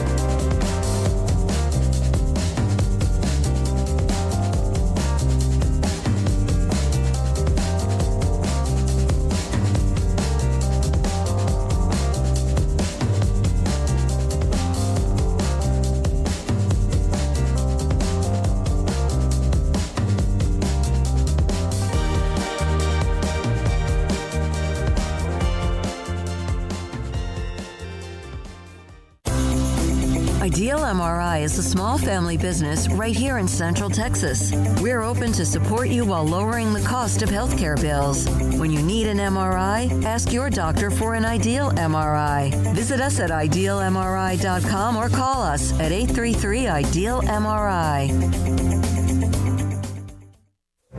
Stepping into the boots of a U.S. Army officer can add confidence and leadership skills to your son or daughter's career path. See all the things they can achieve in our boots at GoArmy.com. U.S. Army Waco Recruiting Company, 254-598-8131 or 254-776-1543. After my first car accident, I feared the biggest damage would be to my wallet.